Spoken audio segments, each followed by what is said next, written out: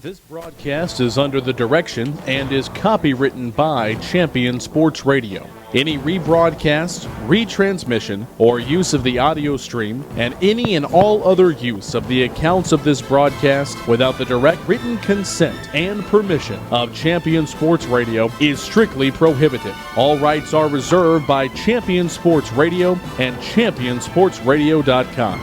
This is a presentation of Champion Sports Radio, your home for championship broadcasts.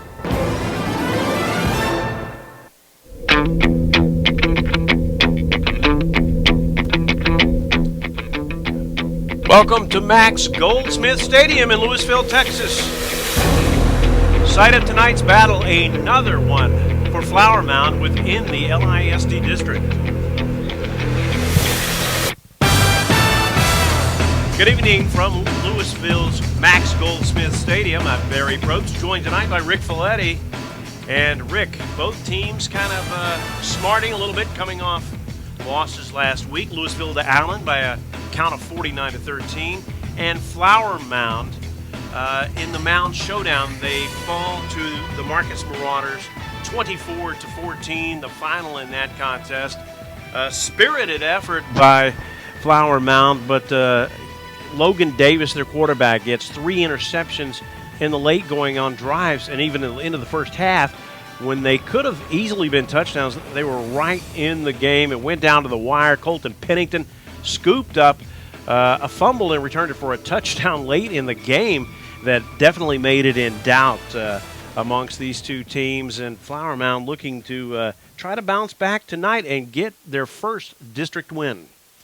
You know, one thing that you can signify the Flower Mound season as being is a season of parity. They've been in all the games that they've played. Every single game that they have had, they were right there. You look at the Plano East game, 24-27. It was a very close game. They had a chance to win that game late in the game, and they weren't able to pull it off. Let's see, the other games that they've had have all been close, and they haven't really been necessarily what the score would be. Last week at Marcus, 24-14, like you said, the 3 turnovers late in the game. If they can hold the turnovers tonight, play some good defense, get the passing game going early, and try to mix in a little bit of the running game to get a little bit of dynamics to the offense that'll really help them out in the long run. Lewisville, a storied program, traditionally and historically speaking.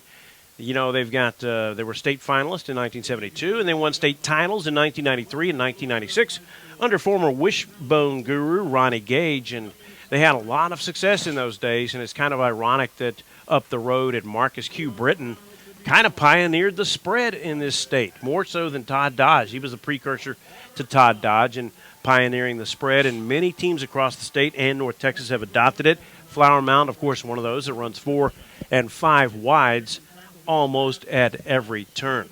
Flower Mound, as we said, coming off the heartbreaking loss in the Mound showdown, and if they can get Logan Davis untracked, or even Hayden Hauser, who came in and spelled him some last week, and get their passing game to open up their running game, which it did last week. Chris Boban had 5 carries for 36 yards, and that was really not something we've seen from the Flower Mound offense. When you think of teams that run the spread, even a little bit, teams will run some conventional draws or running plays to kind of loosen up the defenses, and Flower Mound pretty much strictly goes with Logan Davis on sprint draws and sprint keepers, and rollouts that he improvises and turns into runs. But we'll see if they continue the trend here tonight to get the running game out of the backfield going again, too.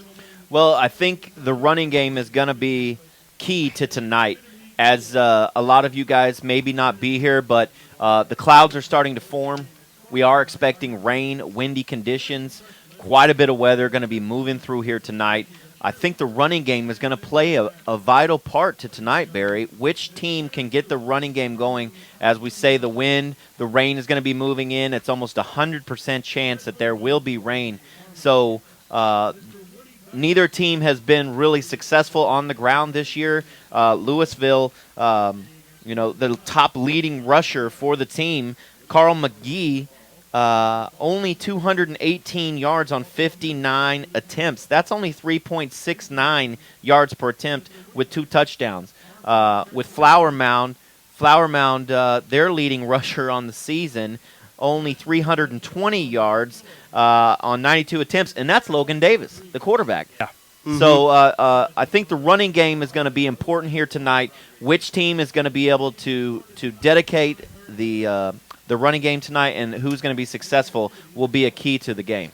Yeah, that's interesting. You mentioned that due to some technical hiccups, we did not get to catch up with either coach tonight, Coach Dane Johnson of Flower Mound or Coach Greg Miller of Lewisville. We apologize for that. Also, Flower Mound would like to say thanks to the following sponsors. Strategic Direct Solutions, proud to be a senior-level sponsor of the Flower Mound Jaguars. SDS is a staffing partner that provides great talent to companies all across North America. Visit them on the web at sdsllc.com to learn more. Assure you have the best players in the best positions on your team. Contact SDS today. Also, Raising Cane's Chicken. Hey, Jaguar Nation, Loopy at Raising Cane's loves Flower Mound and Jaguar football. Come see him at his location out here in Lewisville on Main Street, right down the road, or on 407 out in Flower Mound. Tailgate like a champion with Raising Cane's Chicken. I'd also like to thank Lens Cap Photo Marketing, which is a professional corporate business and event photography company. They provide a visual history of your event through high-quality images. Remember, when planning that special event, hire the photographer you need to get the pictures you want. For more information, please check their ad in the Jaguar football program or visit them online at lenscapmarketing.com. Take a break and come back in a moment with more of the Whirly Ball pregame show. You're listening to Flower Mound Jaguar Football and Champion Sports Radio. On game day, leave the grilling to the amateurs and score the matchup of the century. Raising Cane's Tailgates with jugs of lemonade and sweet tea. Cane's Tailgates get your appetite in the game with hot, fresh, never-ever-frozen chicken fingers and totally dippable cane sauce. They're fresh as a rookie, seasoned like a pro, and an automatic first down at any tailgate party. So when it's time for the big game, pick up some tailgates and jugs of lemonade and sweet tea. Now that's what I call a huddle. Raising Cane's, one love. Rapid Med Urgent Care Center in Highland Village provides Southern Denton County families with state-of-the-art emergency medical care right in your neighborhood. From checkups to broken bones, school vaccinations, sports physicals, and more, you can count on Rapid Med for all of your medical needs. Rapid Med is proud to provide the latest in concussion management through the IMPACT program in partnership with the Texas Health Sports Network. Rapid Med Urgent Care Center is dedicated to providing you with quality care quickly. Visit rapidmed.com. What are you doing, Hazel? Looking for a power drink for some energy boost for my marketing. I'm dragging. You know, I saw your marketing tools, your website, brochures. Remember, there's no energy drink or blue pill for business growth. You need a good marketing boost. Call Jeff at mbstoday.com. They will get you straightened out. Go online at mbstoday.com or call toll-free 1-855-224-2537, extension 103. In Command Broadcasting, a sports TV broadcasting and marketing company. In Command Broadcasting provides a wide array of turnkey video production and streaming services. In Command services include filming of sporting events, season highlights, school graduations, corporate infomercials, and documentaries. In Command streams your sporting event or company function over the internet live or on demand. Call 972-851-7888 to raise the energy of your next event. In Command Broadcasting, 972-851-7888. The Centers for Disease Control and Prevention estimates that nearly 4 million brain injuries occur every year due to sports in the U.S. They also estimate that 70% of concussions go unreported. Not identifying concussions early can be devastating, especially if the athlete continues to play with symptoms. Catching hard hits fast is critical, and that's why you need the Shockbox Helmet Impact Sensor. The Shockbox is a small sensor that easily attaches to most football, lacrosse, and hockey helmets and instantly sends a signal to a smartphone on the sidelines when the player has taken a hard hit that puts them at higher risk for injury. The free app receives data from the sensor, displays information about the impact, and even walks the user through a concussion assessment. The app also logs symptom and impact data for future medical use. Visit ShopboxDFW.com to learn more about the Shockbox Impact Alert Sensor and determine if it is the right option for your child. Be warned instantly when a player has experienced a head impact that could result in a concussion. Visit ShockboxDFW.com today. ShockboxDFW.com. Welcome back to the Whirly Ball pregame show here at Max Goldsmith Stadium. Barry Probst and Rick Folletti here with you tonight. And it is homecoming for Lewisville. We've seen this a time or two on the road, Flower Mound, at another team's venue where it ends up being homecoming for the other team as they introduce the court here and the pregame festivities. A lot on hand tonight. A lot of Lewisville Fighting Farmers fans on hand tonight, and the Flower Mound fans have made the trek up the road pretty well tonight too. Looking at some of the action from last night that occurred throughout the area here in North Texas. Arlington Sam Houston squeaked by Arlington 21-20. There were several close, compelling games last night in the area. Arlington Sam Houston nipping Arlington 21-20, and they moved their record of 4-2 overall, 1-2 in district play. And Arlington fell to 2-1 in district play with the loss. They got to the Sam Houston 38 as time expired, and then that's it. They were out of time. Denton Ryan got by Keller Timber Creek in a close one, 34-30, thanks to Maurice Gordon's 142 yards rushing. That was another close game. They weren't all blowouts. You witnessed the Trinity LD Bell game, Rick, and that was a stomping by the Trojans on the LD Bell Blue Raiders, but 48-3 in that one. Yeah, it was not close. 21-0 in the first quarter. Couple of turnovers in the second quarter for Trinity. Scoreless in the second quarter. It's 21-0 at the half. They came out. Coach Lineweaver must have gave him a kick in the butt at halftime because they scored another 27 points in the second half and only gave up 3. So ended up being, I believe, 48-3 was the final. Coach Lineweaver's been known to do that some in his time. Skyline, now, they romped Irving Nimitz, 56-0. That was one that wasn't close. But the North Mesquite Stallions prevailed over the Richardson-Berkner Rams 28-22 in that contest in Mesquite over at Memorial Stadium. Frisco Heritage beat up Frisco Independence in an offensive shootout, 59-34. Carrollton Newman Smith squeaked by Woodrow Wilson, 13-12. They stormed back from a 12-point deficit in the fourth quarter, winning there at Franklin Stadium and raising their record to 3-0 in district. Meanwhile, Kimball bombed Molina 55-2, and Argyle over Carrollton Ranchview in a basketball-like score, 72-42, and elsewhere Lincoln put it on Roosevelt, 44-0, the final in that game. So that was kind of limited action from Thursday, and you have to wonder, Rick, if tonight's action might not get postponed or curtailed as storms are threatening to move in from the northwest. Jacksboro is under a big storm watch and expecting a lot of ping-pong-size hail out there.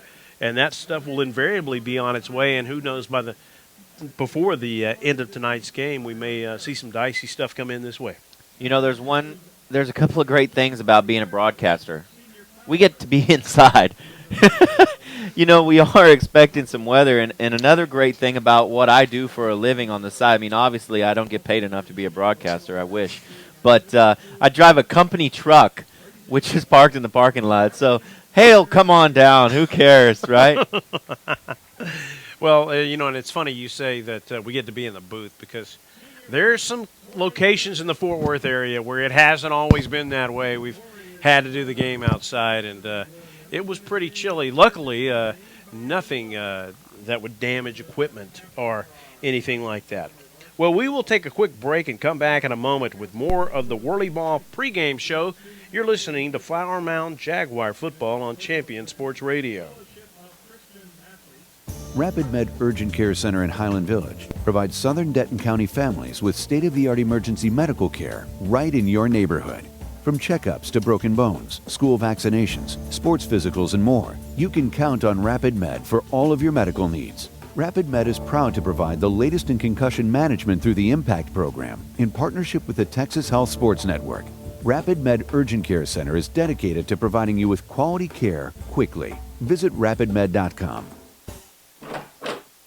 Hey, honey, why are you home so late? Don't even get me started. Did Sally come in late again today? Sally comes in late every day. Pete can't stay off the internet, and Roger does everything but his job. It gets so frustrating. My employees can't be accountable for their own actions. You need to contact Strategic Direct Solutions, LLC. My company has been using SDS for years, and they have totally upgraded several positions for us. That sounds like a great idea and a great solution. Make sure your company has the best employees. That's right, in the best positions, so your organization can achieve success. Strategic Direct Solutions is a staffing solutions firm which has been supporting small to Fortune 500 companies across North America, providing great talent. Visit us on the web at www.sdsllc.com or call us at 972-355-7500 extension 305.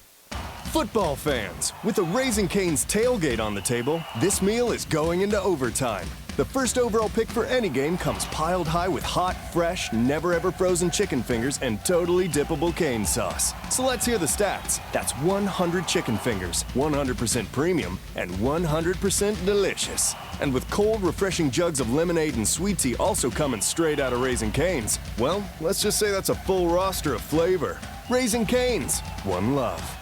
Stay up on all the latest news about the teams you care about and know when your favorite games are on the air thanks to Champion Sports Radio social media.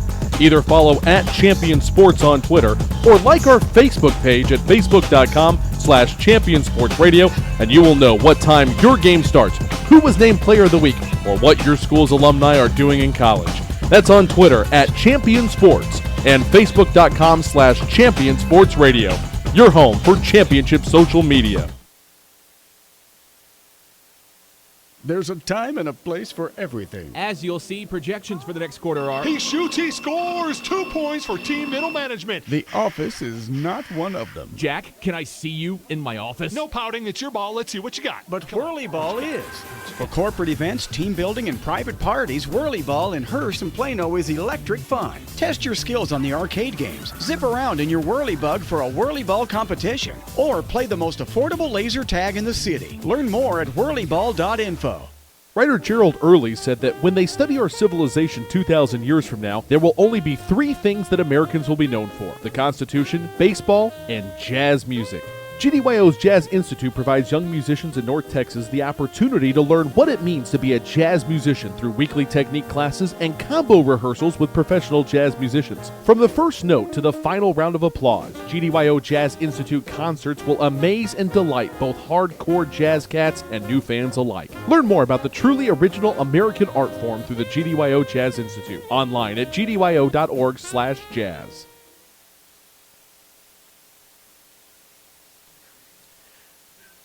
Welcome back to the Whirly Ball pregame show here at Max Goldsmith Stadium as the Lewisville Farmers homecoming court is being presented. Their band out on the field, great band here they've got at Lewisville, great fandom and support all the way around. Great pageantry and presentation here tonight as the Flower Mound Jaguars chomping at the bit to take the field here, and they haven't even gone out for the coin toss yet. They will do that here in a moment. Both these coaches, Rick, it's pretty interesting. I don't know if it's a Lewisville flush, but you've almost had at Marcus, Coach Jerry Sanford's in his first year, and Coach Greg Miller and Coach Dane Johnson of Lewisville and Flower Mound, respectively, are each in their third year, and they've had taken some licks in the first year or two trying to get their program back on footing, and it's a change of philosophy, and that happens when new coaches come in.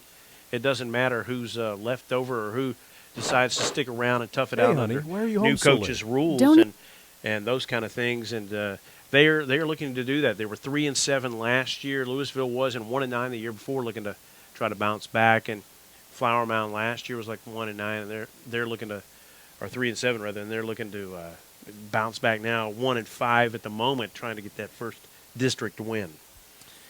It's always tough when you're trying to implement new programs, a new culture.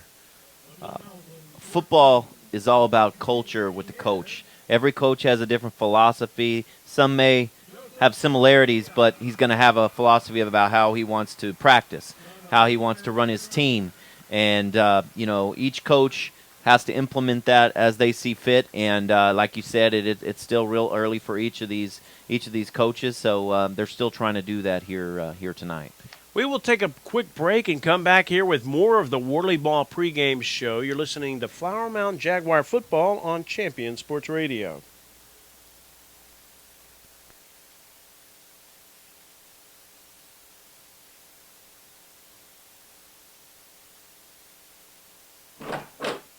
Hey, honey, why are you home so late? Don't even get me started. Did Sally come in late again today? Sally comes in late every day. Pete can't stay off the internet, and Roger does everything but his job. It gets so frustrating. My employees can't be accountable for their own actions. You need to contact Strategic Direct Solutions, LLC. My company has been using SDS for years, and they have totally upgraded several positions for us. That sounds like a great idea and a great solution. Make sure your company has the best employees. That's right, in the best positions, so your organization can achieve success. Strategic Direct Solutions is a staffing solutions firm which has been supporting small to Fortune 500 companies across North America, providing great talent. Visit us on the web at www.sdsllc.com or call us at 972-355-7500 extension 305. Point of Origin Design is your one-stop shop for all your apparel, promotional, event, or team uniform needs. Point of Origin Design is a full-service design and logo creation company that offers a wide variety of imprintable and embroidered products. With competitive pricing and quality work, you can't go wrong with Point of Origin Design. It's always best to start at the right point, so visit them online at pointoforigindesign.com. Let them help you plan your next promotional item or design your next t-shirt. That's online at pointoforigindesign.com. What are you doing, Hazel? Looking for a power drink for some energy boost for my marketing.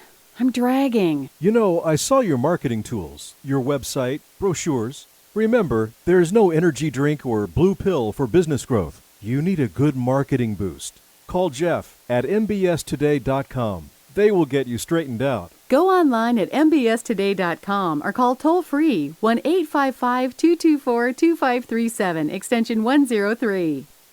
Are you tired of only spending time as a family huddled around the TV? Would you like to enjoy some culture with your loved ones without breaking the bank? Then let me introduce you to the Greater Dallas Youth Orchestra. The GDYO provides music education and performance opportunities for musically talented youth, but this is no kids' concert. The GDYO comprises 7 different ensembles made up of over 425 talented musicians ages 8 to 18, representing more than 50 communities in North Texas. You won't believe how amazing these ensembles sound until you hear it for yourself. So join them for one of their concerts at the Meyerson Symphony Center or Dallas City Performance Hall. For more information on how to make a donation, as well as a listing of upcoming GDYO concerts, visit gdyo.org. And if you know a talented young musician interested in an unbelievable experience, auditions take place in the spring. Connect with the Greater Dallas Youth Orchestra on Facebook, Twitter, LinkedIn, and at gdyo.org.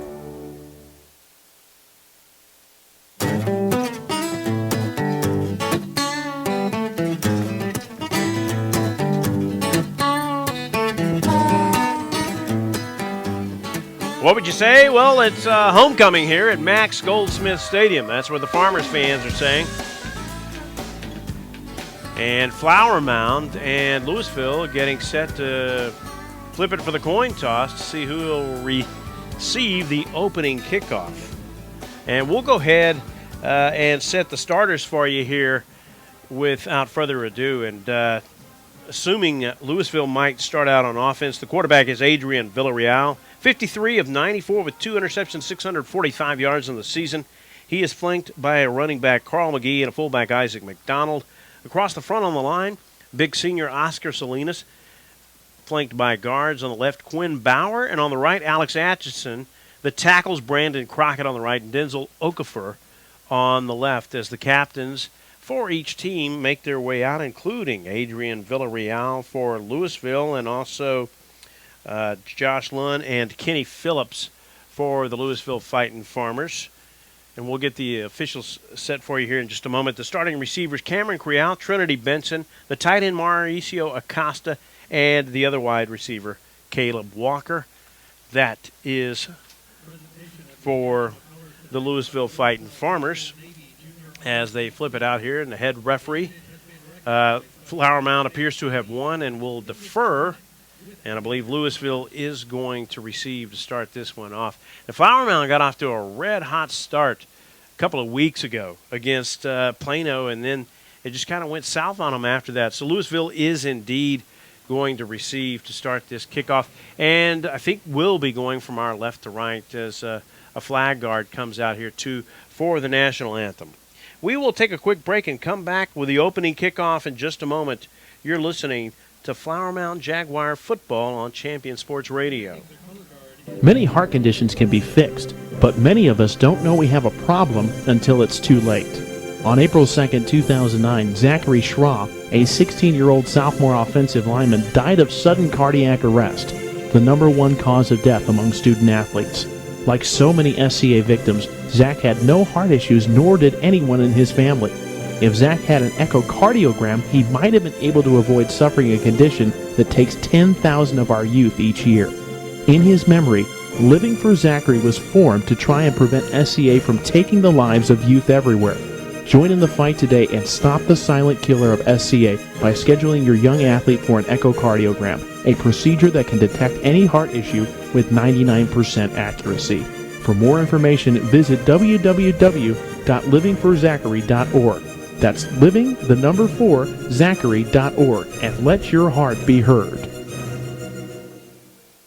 This broadcast is under the direction and is copywritten by Champion Sports Radio. Any rebroadcast, retransmission, or use of the audio stream, and any and all other use of the accounts of this broadcast without the direct written consent and permission of Champion Sports Radio is strictly prohibited. All rights are reserved by Champion Sports Radio and ChampionSportsRadio.com. This is a presentation of Champion Sports Radio, your home for championship broadcasts.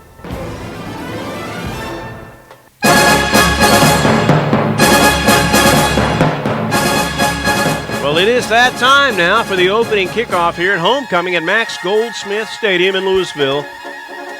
Again, Barry Probst and Rick Folletti with you tonight, pinch hitting for Taylor Wilson, who's out on a speaking assignment out in Utah. He's on his way out there. But tonight's officials, by the way, we didn't get to mention them to you. We'll go ahead and run those down for you right now. The head referee, Jeff Wasserman.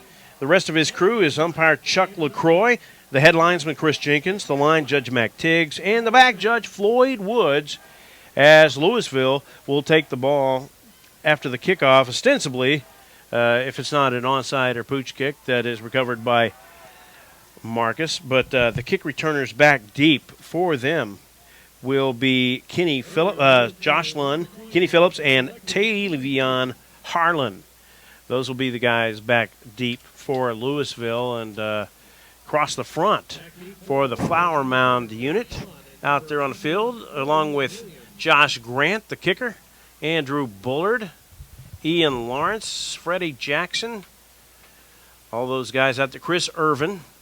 Flower Mound tonight in their Navy helmets, silver FM logo on the helmet, silver is gray. Chris Irvin out there, Andrew Bullard, Luke Greenwood, Aaron Epping, clad in all white socks, shoes, pants, and shirts. And Josh Grant set to kick this one off. He pooches it to the right side. It is fielded at the 17 and looping around and running to the near side a long horizontal way, and now down the sideline across the 20, 25, 30, 35, 40, all the way up to the midfield stripe is the kick returner, Trinity Benson, actually back there fielding that, and Benson a threat on offense as well as a kick returner. Just 10 seconds into the contest. No score here in the opening quarter between Lewisville and Flower Mound. A little bit of a late start again. We had a late start last week, not impeded by anything in particular. Maybe a fan had to be taken off by ambulance, I believe. Two wide out, split to the left. This is not your father's Lewisville Farmer offense, by the way. They are kind of in a spread as Trinity Benson is going to get the fly sweep fake to him. Villarreal keeps after the fake and makes his way through the middle of the line across the midfield stripe to the 47-yard line in Flower Mound territory, a gain of about 8.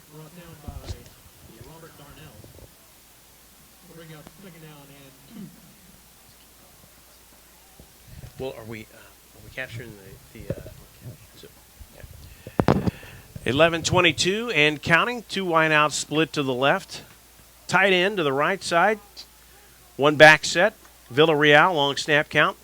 Looks left, throws. It is caught around the 41-yard line.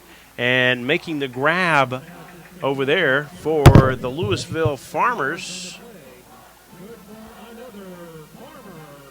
I think it was number 86, Freddie Reyes. So a 1st and 10 as they move the sticks after that catch. Reyes, the recipient on that catch. 1st and 10, 10:51 to play. Lewisville at the Flower Mound 40. Quick toss, near side, in and out of the hands of the intended receiver, Trinity Benson. Unable to hang on, and it brings up 2nd and 10. And I checked that before. It was Cameron Creal on the catch and not Freddie Reyes. I beg your pardon. So 2nd and 10 as Flower Mound across the front is going with Brandon Baskew, Aaron Notches, Darrell Rutherford, and Hayden Brewer. The linebackers, Robert Darnell, Tyson Spencer, and Austin McKee. The cornerbacks, Clayton Johnson and Chris Irvin. And the safety, Chandler Clatterbaugh, who had a great game last week, and Blake Winters. 10:43 to play, and Villarreal going to keep and going to run into the arms of a Flower Mound defenseman up front.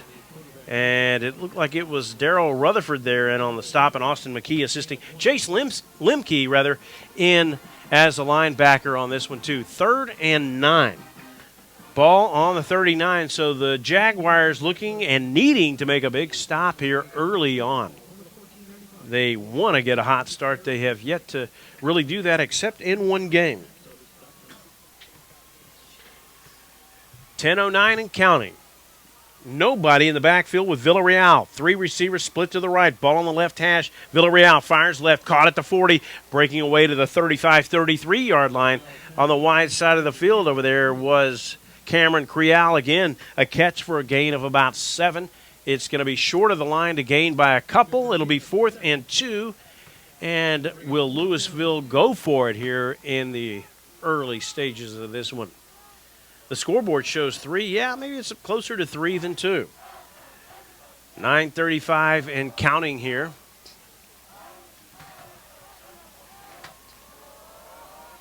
Lewisville to the line quickly. Flower Mound with almost all 11 guys in the box. Sweep toss into the pile, breaking 1 tackle across the 32 to the 30, and all the way to the 26-yard line goes the running back,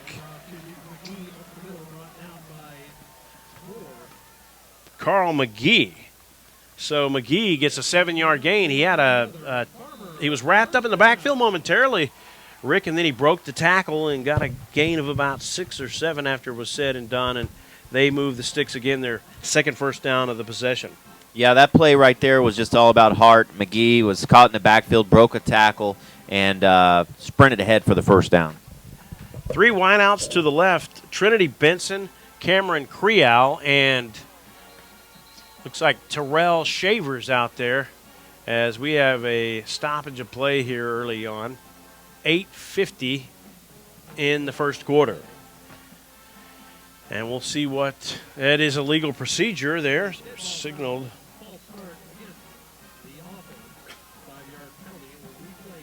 there by head referee Jeff Wasserman. So 1st and 15.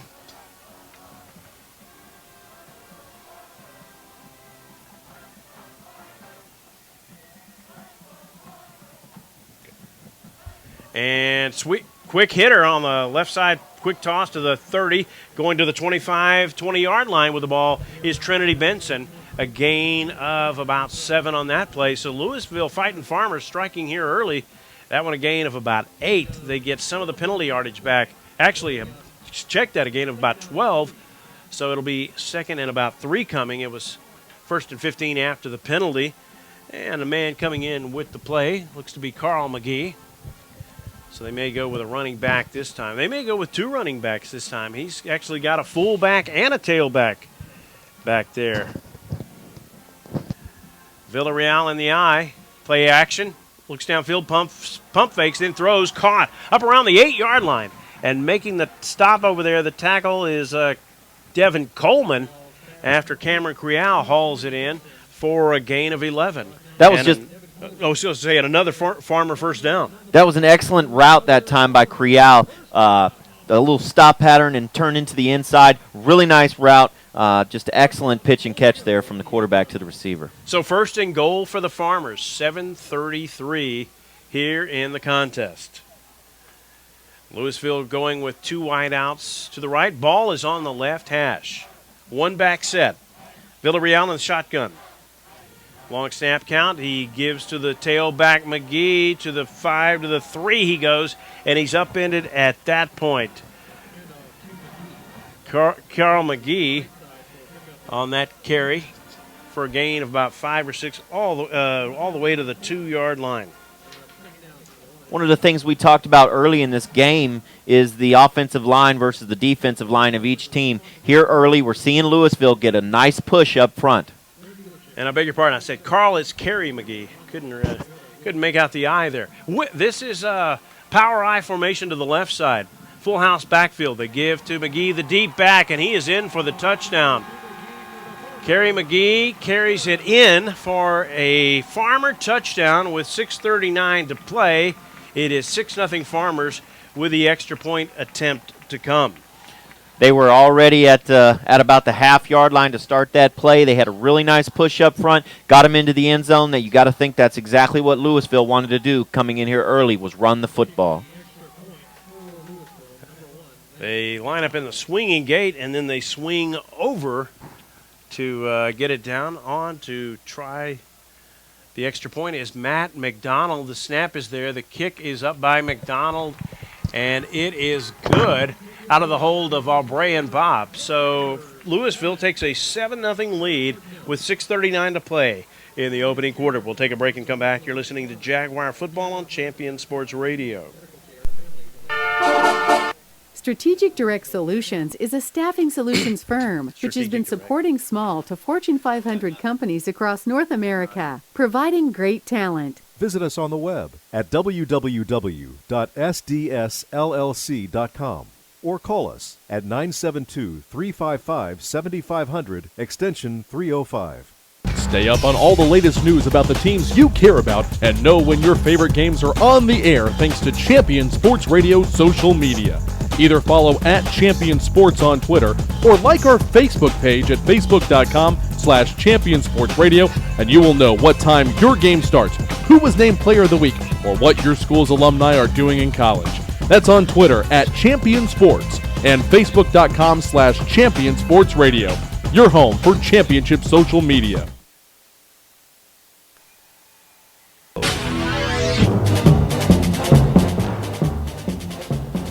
Back here at Max Goldsmith Stadium, where the Lewisville Fighting Farmers have put together about a 7 or 8 play drive. We'll get Rick to chop it down for us in just a moment and give us the details on it as this kickoff is fielded and then given on the reverse to the wide man, sweeping around the other side and taking that kickoff return was Clayton Johnson over there on the reverse, and a good kickoff return of about 23 yards out to the 24-yard line.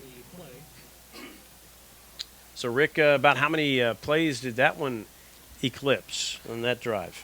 That one was an 8-play drive, capped off by the 1-yard touchdown run by Carl McGee. Oh, it is Carl then. Yes. Okay, I thought it was Kerry. So 60 yards on that drive, 3 first downs, 5 rushes for 24 yards, and 4 of 5 for 36 yards for the quarterback Villarreal on that one. Wow, and a 15-yard penalty aided onto the end of that run back. So they marked him out at the 28, not the 24, and they gave him 15 more after a personal foul. I guess a late hit out of bounds we didn't see. Logan Davis in the shotgun, throws deep, caught in strike. Quentin Morris at the 30, to the 20, to the 10, down the hash to the 5. Touchdown, first play from scrimmage, Flower Mound. They answer right away. One play, 58 yards. What a pass by Logan Davis. Offensive line gave him some protection, and look who it is. Quentin Morris, the senior, with the wheels, going down the middle of the field, beat the defender, going and rushing to the pylon. Nice touchdown for Flower Mound. Richard Kelly on to try the extra point. And his kick is up, and it is good.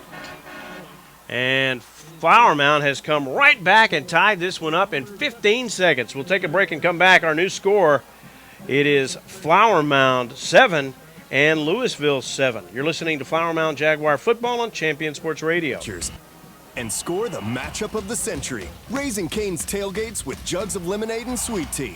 Cane's tailgates get your appetite in the game with hot, fresh, never-ever-frozen chicken fingers and totally dippable cane sauce. They're fresh as a rookie, seasoned like a pro, and an automatic first down at any tailgate party. So when it's time for the big game, pick up some tailgates and jugs of lemonade and sweet tea. Now that's what I call a huddle. Raising Cane's, one love. Point of Origin Design is your one-stop shop for all your apparel, promotional, event, or team uniform needs. Point of Origin Design is a full-service design and logo creation company that offers a wide variety of imprintable and embroidered products. With competitive pricing and quality work, you can't go wrong with Point of Origin Design. It's always best to start at the right point, so visit them online at pointoforigindesign.com. Let them help you plan your next promotional item or design your next t-shirt. That's online at pointoforigindesign.com.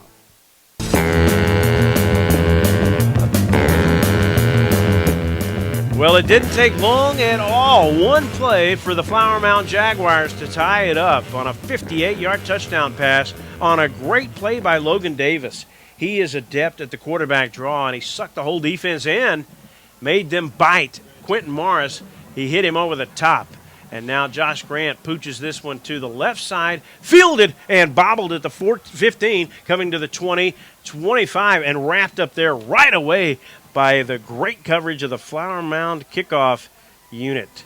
Making the kickoff return there for the Fighting Farmers was Tavion Harland, one of their special return specialists, I should say. And it's 1st and 10 for Lewisville at the 27-yard line, so not bad field position, but a pretty good job by the Jaguar kickoff coverage unit to get down there.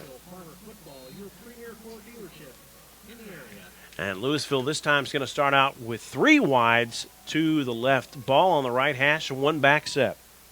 Flower Mound, movement in the line, 6 in the box basically. Villarreal fakes, keeps the handoff, tucks it under, lowers his shoulder, and runs across the 34 to the 35-yard line. He's got a good pickup there of about 8 yards. The Flower Mound Jaguar defense not really showing a run deformation that time. They look like they were guarding against the pass more so, and they actually give him a 9-yard gain. It'll be 2nd and 1 at the Fighting Farmer 30, almost the 36-yard line. 2 wideouts again, split wide left. Ball on the right hash. Shotgun formation with the back right behind him. And that's Kerry McGee. Oh, no, he fakes it and throws long, and it is caught. And what a catch is made in traffic, because 2 Jaguar defenders almost knocked the ball out of Cameron Creal's hands there. What a leaping grab he made. Yeah, no, he had 2 defenders all over him. Here early in the game, Cameron Creal is showing that he is a top receiver here for the Lewisville Farmers. So 1st and 10 all the way to the Jaguar 34. Big pickup on that play of 32 yards, or 30 yards, I should say, for the Fighting Farmers. 2 receivers split wide to the right, ball on the left hash. Villarreal fakes the handoff, runs the reverse, going to the far side to the 35, breaking a tackle down the sideline to the 30 with the ball. On the far side of the field is Lewisville's Trinity Benson. You got to watch that guy. He is really talented. He will take some runs on fly sweeps and little shovel tosses in the backfield, and also he's a viable target out in the flat. You know, you talked about rushing for Trinity Benson this year. He's got 11 rushes for 103 yards with the touchdown. So if you're Flower Mound, you need to be really careful anytime he gets the ball. 5:02 to play. 2 receivers split wide to the right this time. Ball is on the left hash. short side of the field, unguarded. Quick toss to the near side, caught at the 28, breaking away to the 25-20 to the 15-yard line. On the grab there is Cameron Creal after a gain of about 13. Again, they go to Cameron Creal. This time he lines up on the right side of the formation. Little shift. He's been lining up on the left, lines up on the right, and Villarreal finds him for the 13-yard gain and another Lewisville first down. 4:44 and counting here in quarter number 1. The score is tied between these LISD teams, Flower Mound and Lewisville. Lewisville with 2 receivers split to the left this time, 1 to the right. Ball on the right hash. Villarreal looks left. Quick toss, caught at the 15 to the 10 to the 8. Goes the slot receiver on the grab that time, Trinity Benson. Gain of about 7, maybe 8 yards. It'll be second and short coming. Call it a gain of 7. It'll be second and 3. Flower Mound would like to thank MBS Today. Remember, there is no energy drink to boost your marketing growth. Contact Jeff, Dean, Richard, or Joan at mbstoday.com or go to jaguarfootball.com and click on the MBS link. Clock under 4 minutes here in the opening quarter. No bad weather has set in yet. Bootleg by Villarreal, kind of unconventional. Throws toward the end zone in the far corner. It's caught for the Farmer touchdown. Making the grab over there in the corner of the end zone. I think it was the big tight end, if I'm not mistaken there, Mauricio Acosta. Yeah, it was the big tight end. He just checked in. This was his first play of the game. He comes in, scoots all the way across the field to the back pylon on the left, and the quarterback, Villarreal, makes a great throw to get the ball in there for the touchdown. So the Farmers line up in the swinging gate and swing out of it back into the normal formation. Aubrey and Bob will hold this extra point attempt by Matt McDonald, and he fires it through. Good. And so Matt McDonald gives Lewisville a 14-7 lead in this track meet that has started. 3:47 to play. That's our new score. Back in a moment with more Jaguar football on Champion Sports Radio.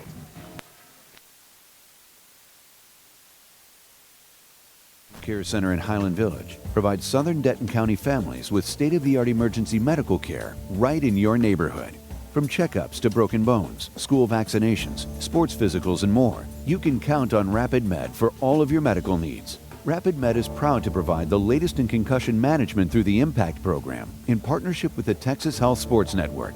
Rapid Med Urgent Care Center is dedicated to providing you with quality care quickly. Visit rapidmed.com. There's a time and a place for everything. As you'll see, projections for the next quarter are... He shoots, he scores! 2 points for team middle management. The office is not one of them. Jack, can I see you in my office? No pouting, it's your ball. Let's see what you got. But Whirly Ball is.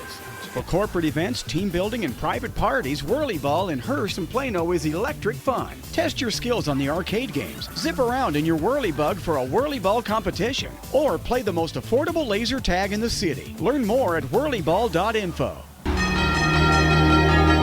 Kickoff being made to Flower Mound, fielded at the 5, coming to the 10, 15, down the sideline with the ball to the 19, and maybe fumbling it.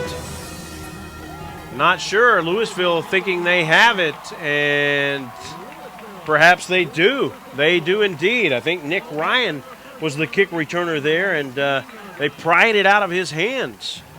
A really good job by the Lewisville coverage unit themselves, and with really prime field position, something that Flower Mound could ill afford to give the Farmers a short field starting in the red zone of the Jaguars. Boy, that's just devastating for an offense whenever the defense gives up the score and you have to come and try to fight back, and then the kick returner gives it up and gives it right back to the Farmers offense. He's got Kerry McGee in there in the backfield with him, and Villarreal takes the shotgun snap. He's under pressure, rolls out to his right, throws. It is caught up around the 7-yard line by Cameron Creal. Tackle applied it right on the spot by Chris Irvin, and it's a gain of about 9. It's going to be holding against the Farmers, though. It's going to come back. The offensive lineman, it looked like it was the right tackle because it was such a long play on that. Brandon Crockett, it looks like he's going to get pulled up for the penalty on that one. Maybe. There was some delay there in the play. It kind of was slow developing, and Villarreal had time, and it's like, why did he have time? He had no one bearing down on him, and then he did, and then he had to go with it, and that's why he had that extra bit of time. Perhaps he got a hold to spring him free there. A 10-yard penalty moves it back to the 28, so a bit of a momentary break for the Jaguar D if they continue to make a stand here and not let the Farmers penetrate any more deeply. Trips to the left side.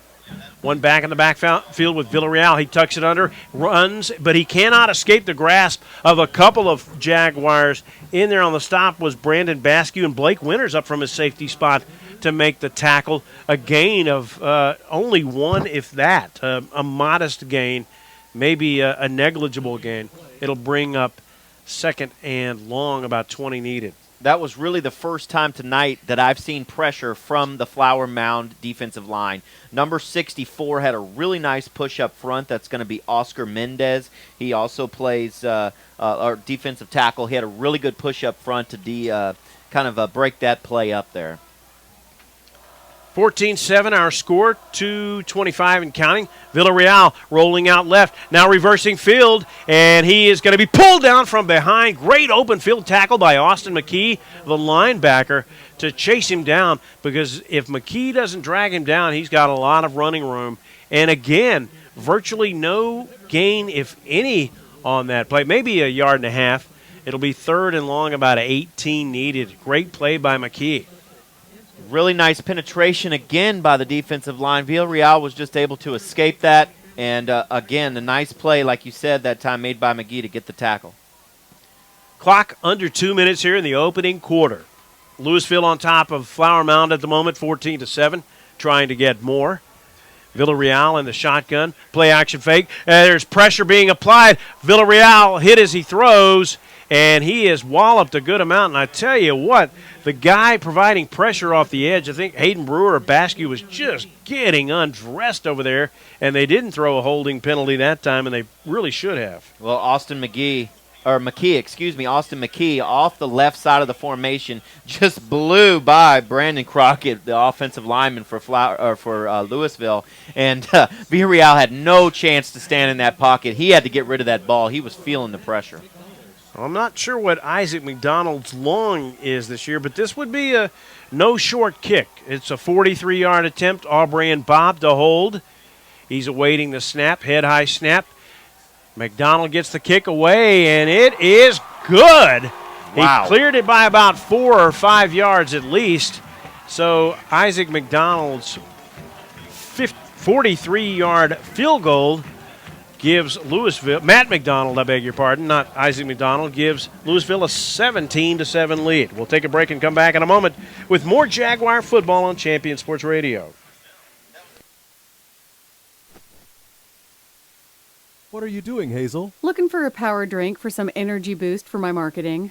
I'm dragging. You know, I saw your marketing tools, your website, brochures. Remember, there's no energy drink or blue pill for business growth. You need a good marketing boost. Call Jeff at mbstoday.com. They will get you straightened out. Go online at mbstoday.com or call toll-free 1-855-224-2537, extension 103. Well, Flower Mound had a bad turnover, but the defense makes a big stand and holds Lewisville to a 43-yard field goal, and it's now 17-7. Farmers on top, and kicking off again and back to receive it at the 8.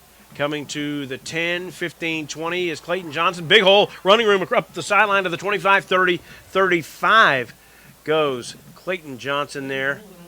I think if you want to look at some positives for Flower Mound. Or Devin Coleman, I beg your pardon. Sorry. They were able to stop Lewisville to a 3-play drive after giving the ball up on the kick return from the previous touchdown. Like you said, to be able to hold him to 3 yards, Coach Johnson has got to feel really good about that. Here he has his offense back on the field. If they drive down, they can make it a one-score game. Grayson Hoagland in at the hound position, which is a hybrid fullback-tailback, as Logan Davis takes the shotgun snap, tucks it under, and runs. We did not get to set the starting offensive lineup moments ago, so we'll do that for you now. At center, it's Balin Smith. The guard On the right side is Ren Oob. On the left side tonight, I think it's Dane Marwood, I beg your pardon, is back in action tonight. He was shaken up last week. Good to see him back. Nolan McDaniel and Evan Curl, the tackles. Davis, the quarterback. We'll get the rest for you in a moment as Davis is under pressure. Tucks it under, throws over the middle. There is a bunch of contact made. No flag flies. Luke Greenwood was out there deep in the pattern, one of the intended receivers, as well as Thomas Jeffries. And Jeffries limping off the field now. He, I think, stepped on a foot of a defender out there. You know, Josh Lund, number 7 for the Farmers, just pushed the receiver to the ground, and the back judge thought about throwing the flag, but he didn't pull it out. I was surprised. 3rd and 6 in the shotgun. Quick toss left side. Caught in stride at the 35-40. Running room out to the 44. Being pushed out of bounds is Clayton Johnson. He has a few words there with the Lewisville defender, Nick Patton, the junior linebacker, as he exits the field. It's going to be 4th and short. And Flower Mound, are they going to go for it? They may decide they're going to. It's an early call here for Coach Johnson. 5 receivers set. Movement in the line, and a player jumps and gets back, and he may have made contact. The back judge threw the flag there. Or was it the umpire back there threw the flag? It was the umpire for... I think what you're going to get here is Chuck LaCroix. The defensive lineman encroached into the neutral zone and caused the right tackle for, and that's going to be Nolan McDonald. He went ahead and jumped, which was a really smart play. That's a smart move by the senior. Yeah, Nolan McDaniel, who's in there in and out periodically, and he's back tonight. He's got the separated shoulder. He's missed some time, and he's back in. Freddie Jackson and Clayton Johnson, receiver split to the near side. Logan Davis tucks it under quarterback draw, has running room to the 50, coming near side to the 45-40, down the sideline to the 33, but a flag flies, and I think we may get a holding penalty. We are. Jeff Wasserman signals hold against Flower Mound. I was going to say the officials giveth, taketh, and then they giveth back right there. You know, anytime you see a flag thrown 10 yards behind the line of scrimmage, it's almost always going to be offensive holding.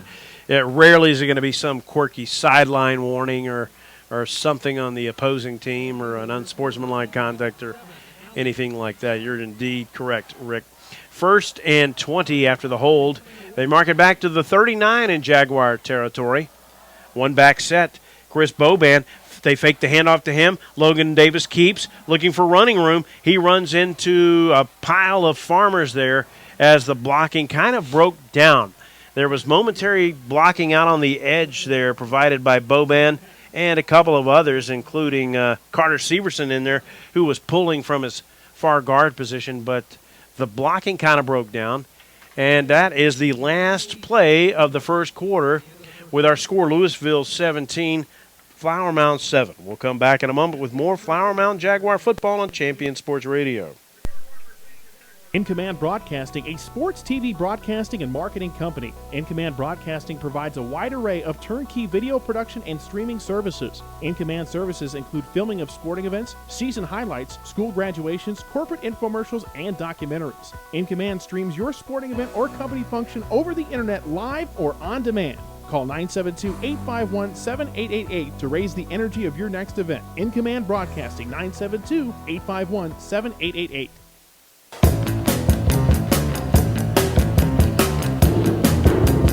Back at Max Goldsmith Stadium to start the second quarter of play. Barry Probst and Rick Folletti with you here tonight as the Flower Mound Jaguars in a 17-7 hole and looking to get back into this one. The defense did make a good stand on the previous possession, but that was also precipitated by a turnover by the kick return team that put themselves in a bind. I think the story of this game so far for Flower Mound is penalties and turnovers. They've had a big play, first down run by Logan Davis, called back on a huge holding penalty.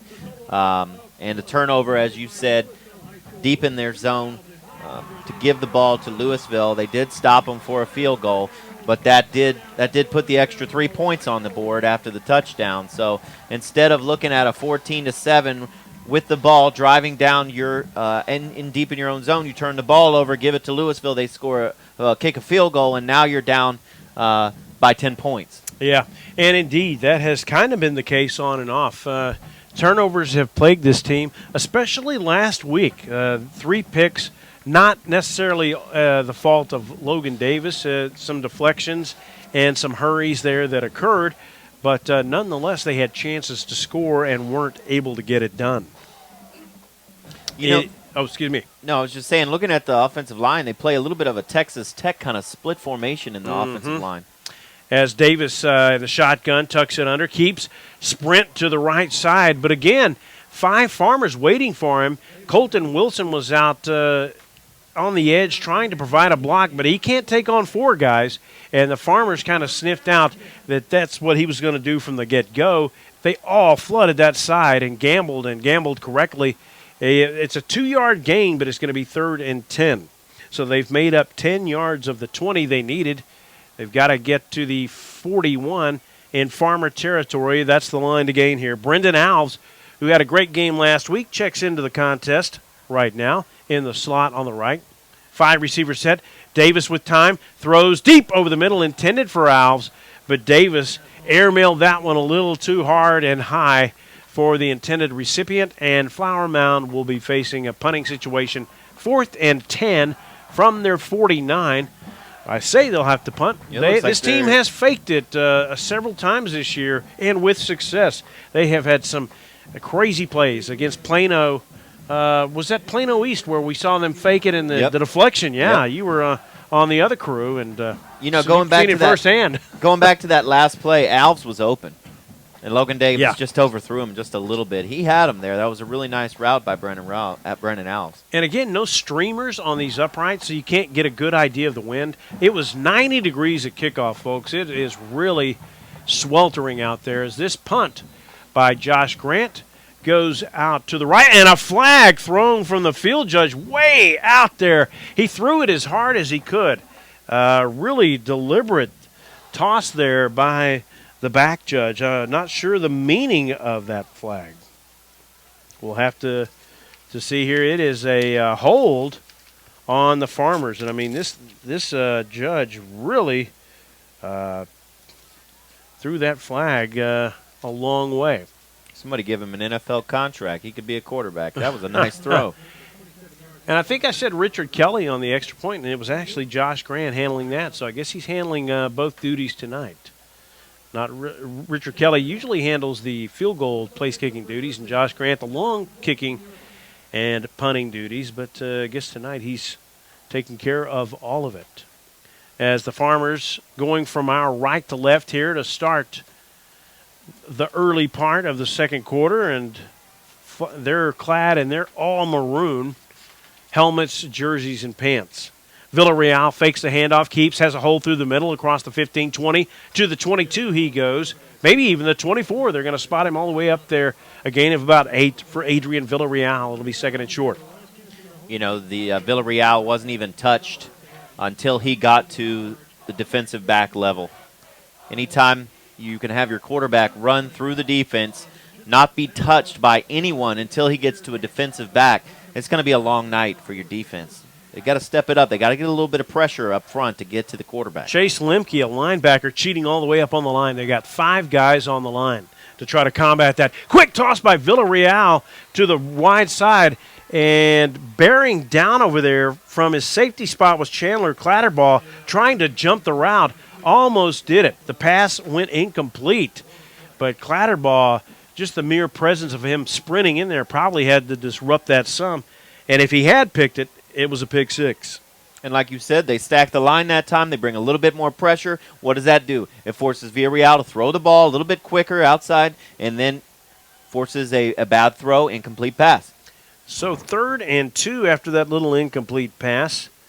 Again, they go with Cameron Creal, split out wide to the left, and Tyrell Shavers out there with him in the left, and we have a stoppage of play. Lewisville going to call a timeout with 9:53 to play. We will keep it right here, though, as Lewisville has a 17-7 lead. We do want to thank Lens Cap Photo Marketing, a professional corporate business and event photography company. They provide a visual history of your event through high-quality images. Remember, when planning that special event, hire the photographer you need to get the pictures you want. For more information, please check their ad in the Jaguar football program or visit them online at lenscapphotomarketing.com. Flower Mound would also like to say thanks to MBS today. Remember, there's no energy drink to boost your marketing growth. Contact Jeff, Dean, Richard, or Joan at mbstoday.com or go to jaguarfootball.com and click on the MBS link. I'd also like to thank Whirly Ball with 2 locations to serve you. Plano and Hurst. Leagues are forming right now, so visit them online at whirlyball.info. Got a lot of other games around North Texas and 6-6A tonight, too, that we'll get you caught up on in a little bit. Plano East taking on Plano, and Plano West is up the road at Flower Mound Marcus. 9:53 here as Lewisville comes back to the line. 3rd and 3. Trip split to the left. Villarreal in the shotgun is going to tuck it under and keep. You're going to try to run right over a tackler, and grasping him and pulling him forward was Aaron. Not no streamers or flags. Some stadiums have flags up on the other side of the stadium so you can get some idea of the wind, but you can't really see it out here tonight. Cameron Creal catches a quick toss on the near side, racing forward across the 30 to the 35 before he is dumped down there by Austin McKee, the linebacker. But Creal with a 12-yard reception to give the Farmers another first down, their second of this drive. Clock at the 9-minute mark here in quarter number 2. Lewisville huddling, and even though they do kind of run a formation of the spread, that's not something you see too much as teams taking the time to huddle. And they've only got 7 left on the play clock. Shotgun formation, man goes in motion. Trinity Benson, Villarreal under pressure, throws behind the receiver, but he pulls back and catches it.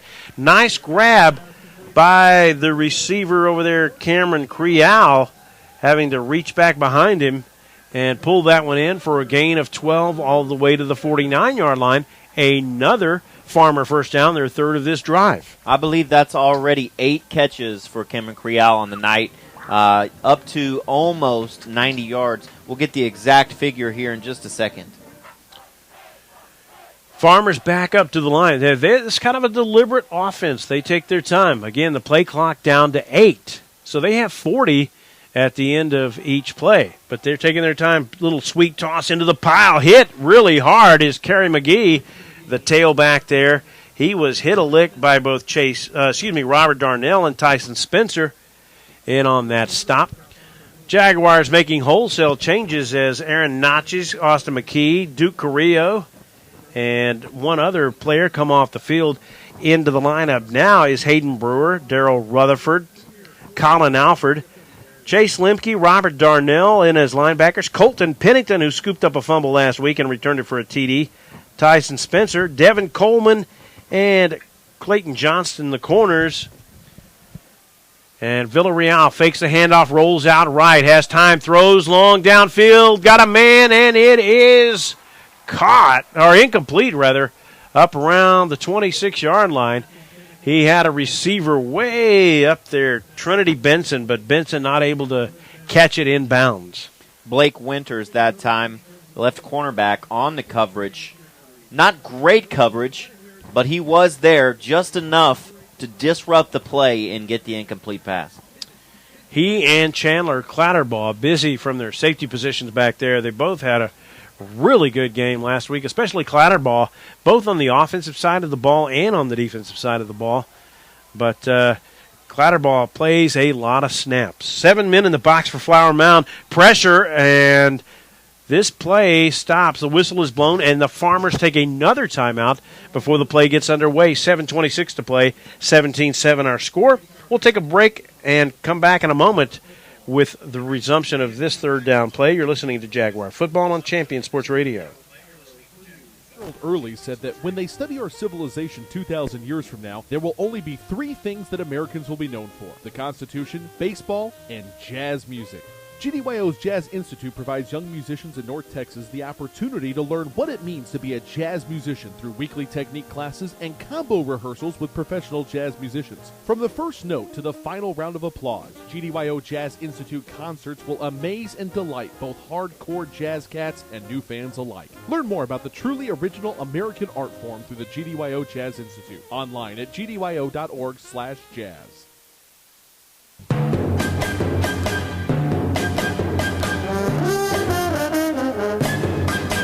7:26 to play in the first half here at Max Goldsmith Stadium in Lewisville. Barry Probst and Rick Folletti with you here tonight as the Farmers at homecoming are on top by 10 at the moment. Flower Mound trying to make a defensive stand. 3rd and 9 for the Farmers. Villarreal in the shotgun, breaks a tackle, has running room across the 45-40 he goes. He's got the first down. He was momentarily stopped, looked like he was going to get tackled, and we've got a Jaguar hobbling off the field. Colton Pennington got his ankle turned or something and is having to quickly hobble off the field. So they had made a wholesale package of changes for that play, including Pennington, and he gets shaken up on the play. And on top of that, to add insult to injury, the Farmers convert a 3rd and 9 and get the first down, their 4th of the drive. That's tough because they had him in the backfield, and he just somehow got out of that to get to the first down. 6:58, fumble, snap is back, and Villarreal has to pounce on it back inside his own 45-yard line. That is going to be a huge loss of 15 yards. The snap just sailed errantly to his right. I don't think he was ready for it. I think he was trying to audible as the snap came, and probably the center, Oscar Salinas, probably just not on the same page with him and didn't hear the audible correctly. Well, the Farmers are really lucky. Villarreal made a nice third baseman dive there just to get on the ball to prevent them from turnovers. Yeah, and this has kind of been another hallmark of Flower Mound. They're not able to come up with the takeaways like that. Well, not all the time. Sometimes they do, and sometimes they don't. Villarreal under pressure, throws down deep. It is defended nicely, knocked away by Devin Coleman. Beautiful pass defense there on the sideline to knock it out of Cameron Creal's hands, who had a sure grab up around the 26. That's the best coverage we've seen tonight by Devin Coleman, the cornerback there. What he did was squared up his shoulders, pushed Creal to the outside, made him get in between the defender and the sideline, forced the quarterback to try to put that ball in a tight window. Really good coverage that time by Coleman. 3rd and 25. See if the Jaguars can make a defensive stand here. They have to. 3rd and 25. Villarreal in the shotgun. Heavy pressure. Throws it incomplete on the screen pass. That might have hit an offensive lineman.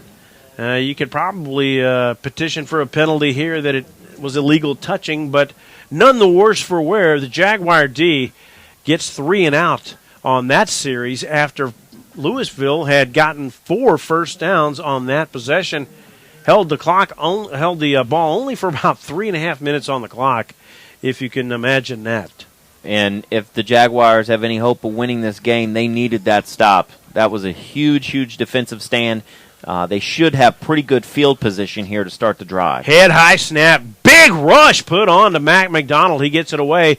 The fair catch is signaled for and made up around the 14-yard line by Clayton Johnson.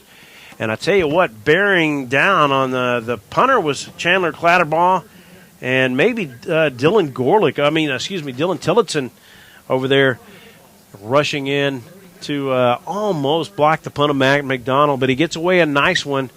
And it's going to be 1st and 10 up around, actually, the 20-yard line. I said the 14 is closer to the 20. It's off by 5. Apologize, folks. Flower Mound quickly to the line, just inside their own 20. And it is Hayden Hauser, the signal caller this time. He hands it off in a conventional handoff to Chris Bobin, the tailback. And Hayden Hauser, who runs about 5, he's listed at about 5'8", 160, and that might be a little bit of a stretch, but he has got a howitzer of an arm. He can zing that ball really well. 5 receivers set. Hauser going to tuck it under and run. He's also very quick.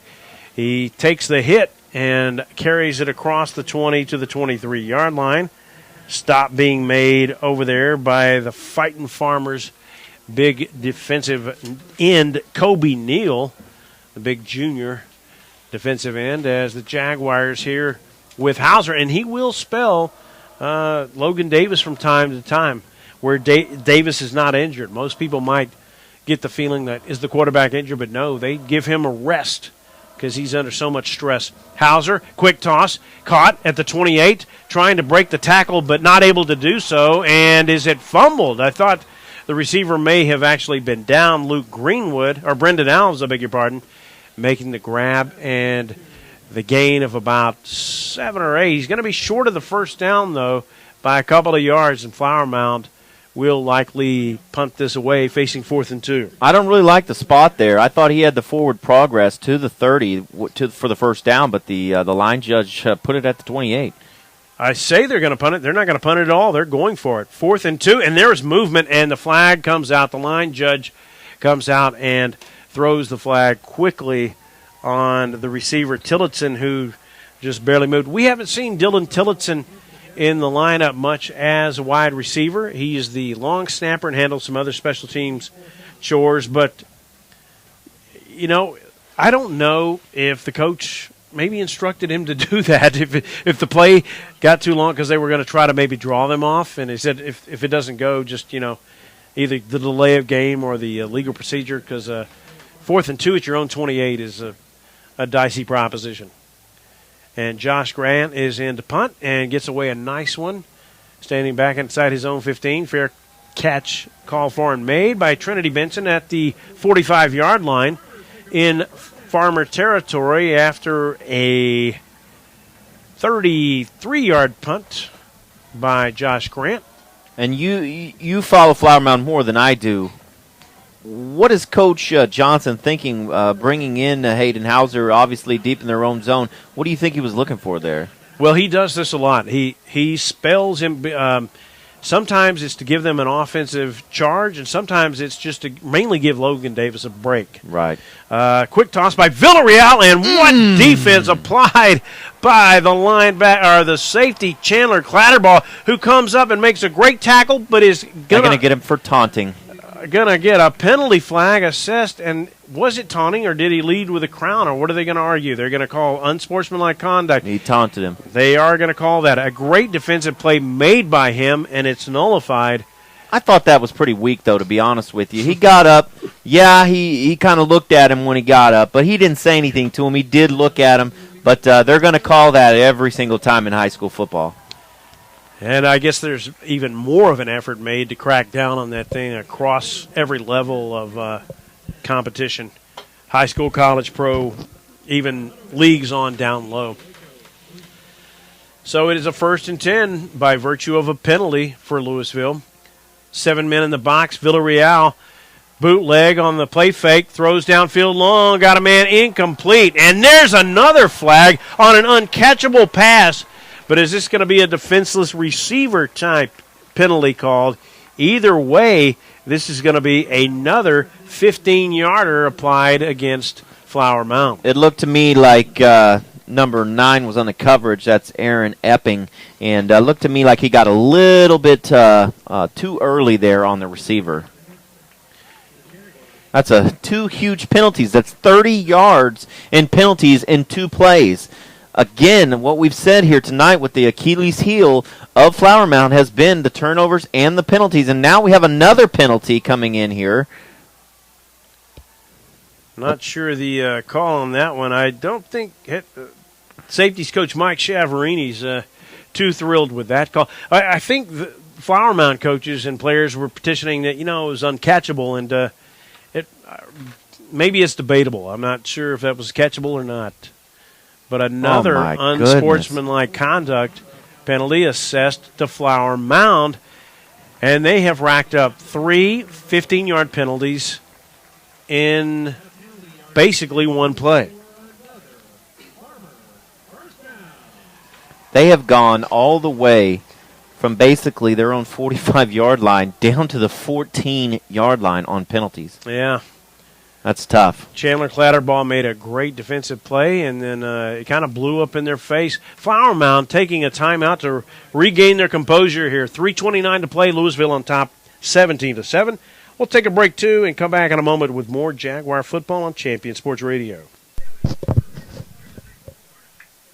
Strategic Direct Solutions is a staffing solutions firm which has been supporting small to Fortune 500 companies across North America, providing great talent. Visit us on the web at www.sdsllc.com or call us at 972-355-7500, extension 305.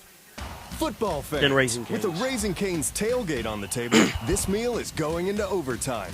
The first overall pick for any game comes piled high with hot, fresh, never-ever-frozen chicken fingers and totally dippable cane sauce. So let's hear the stats. That's 100 chicken fingers, 100% premium, and 100% delicious. And with cold, refreshing jugs of lemonade and sweet tea also coming straight out of Raising Cane's, well, let's just say that's a full roster of flavor. Raising Cane's, one love.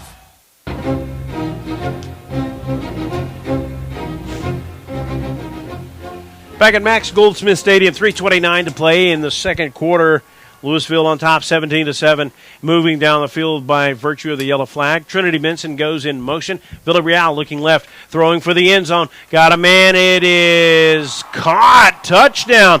What a grab made there by Cameron Creal.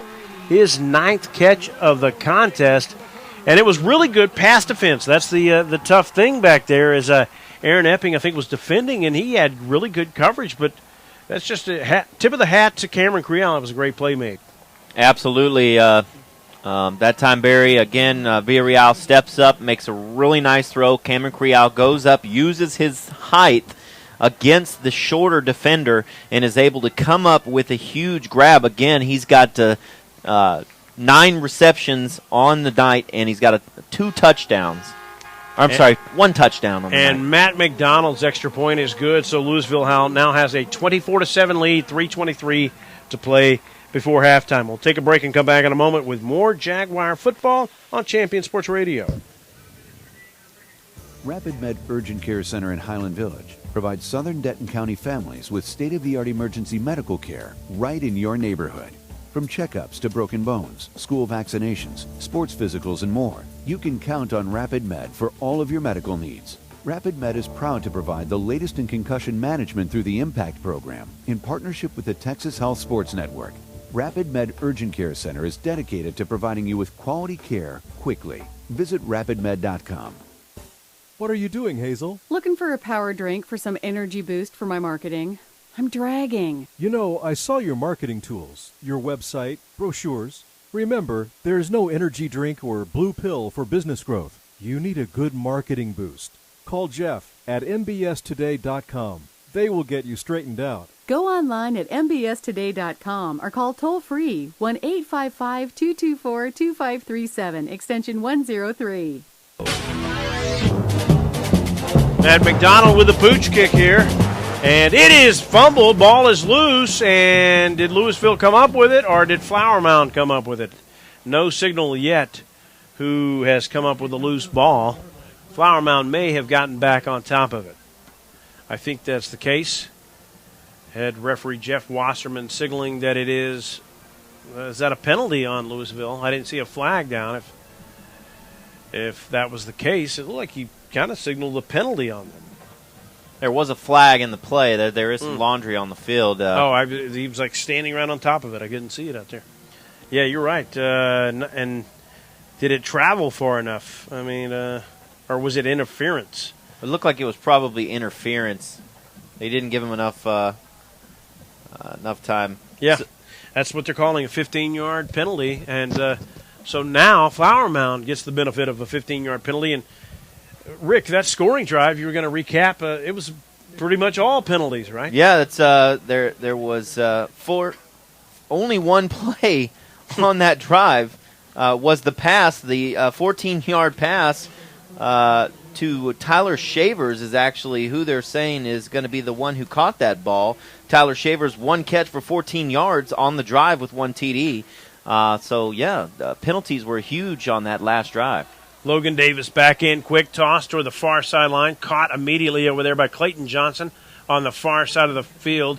He moves it forward across the 35 to the 31-yard line, a pickup of 13, and a Flower Mound Jaguar first down. And the only other catch, Rick, I was going to say, was the catch that went for about a -5 gain that Chandler Clatterball put the hit on the receiver. And, of course, the -5-yard play turns out to be a 15-yard penalty for the taunt. That's true. I forgot about that play. Logan Davis, quick toss again, right side, caught by Brendan Alves, coming near side of the 30. Stiff arms the defender over there, giving chase.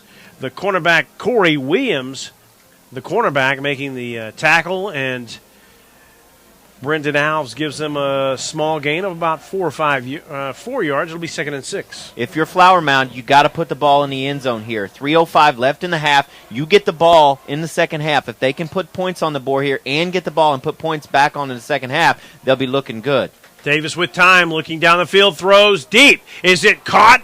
It is caught around the 6-yard line. Making a fantastic snag up there with a catch was Freddie Jackson. And Flower Mound has it 1st and goal. Jackson had to burrow down like a mole into the AstroTurf to come up with that catch. Absolute beautiful route that time by Freddie Jackson. Just burned the defender to the inside, caught the ball right in between the hashes, made a sliding catch to come up with the ball to set up a 1st and goal for Flower Mound. Chris Boban comes into the game as a tailback there with Logan Davis. Shotgun snap, fakes the handoff, slant toss into the end zone, intended for Thomas Jeffries, but pretty good defense there. Jeffries has the ball pried out of his hands, and the touchdown pass attempt, and it will bring up 2nd and goal. The junior Cortez Thomas for the Farmers was all over him that time. Just really nice coverage.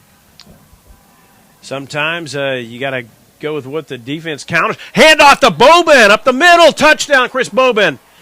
And Flower Mound right back in this one at 24-13 with 2:31 to play in the second quarter, and an extra point attempt coming up. Was that Chris Boban? I'm sure Jordan Moore was the one who ran it in that time, number 23. Oh, excuse me, Jordan Moore. I beg your pardon then. It was Jordan Moore indeed, not Chris Boban.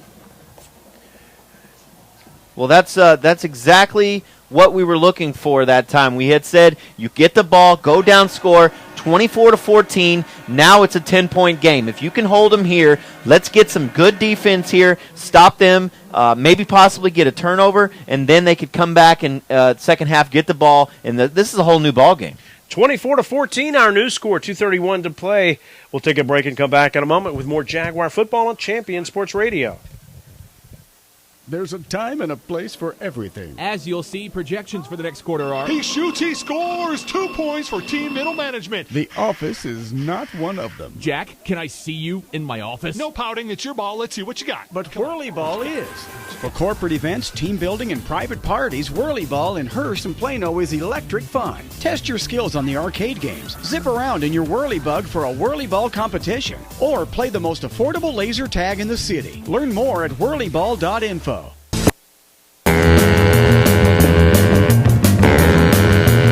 Well, what a quick little quality drive put together by the Flower Mound Jaguars on that one, and an extra point attempt by Richard Kelly that boots it through to make it 24-14, and Josh Grant about to kick this off, and he pooches a little onside attempt, and it is caught by Flower Mound. No one from Lewisville up there, and Flower Mound's Ian Lawrence comes up with it.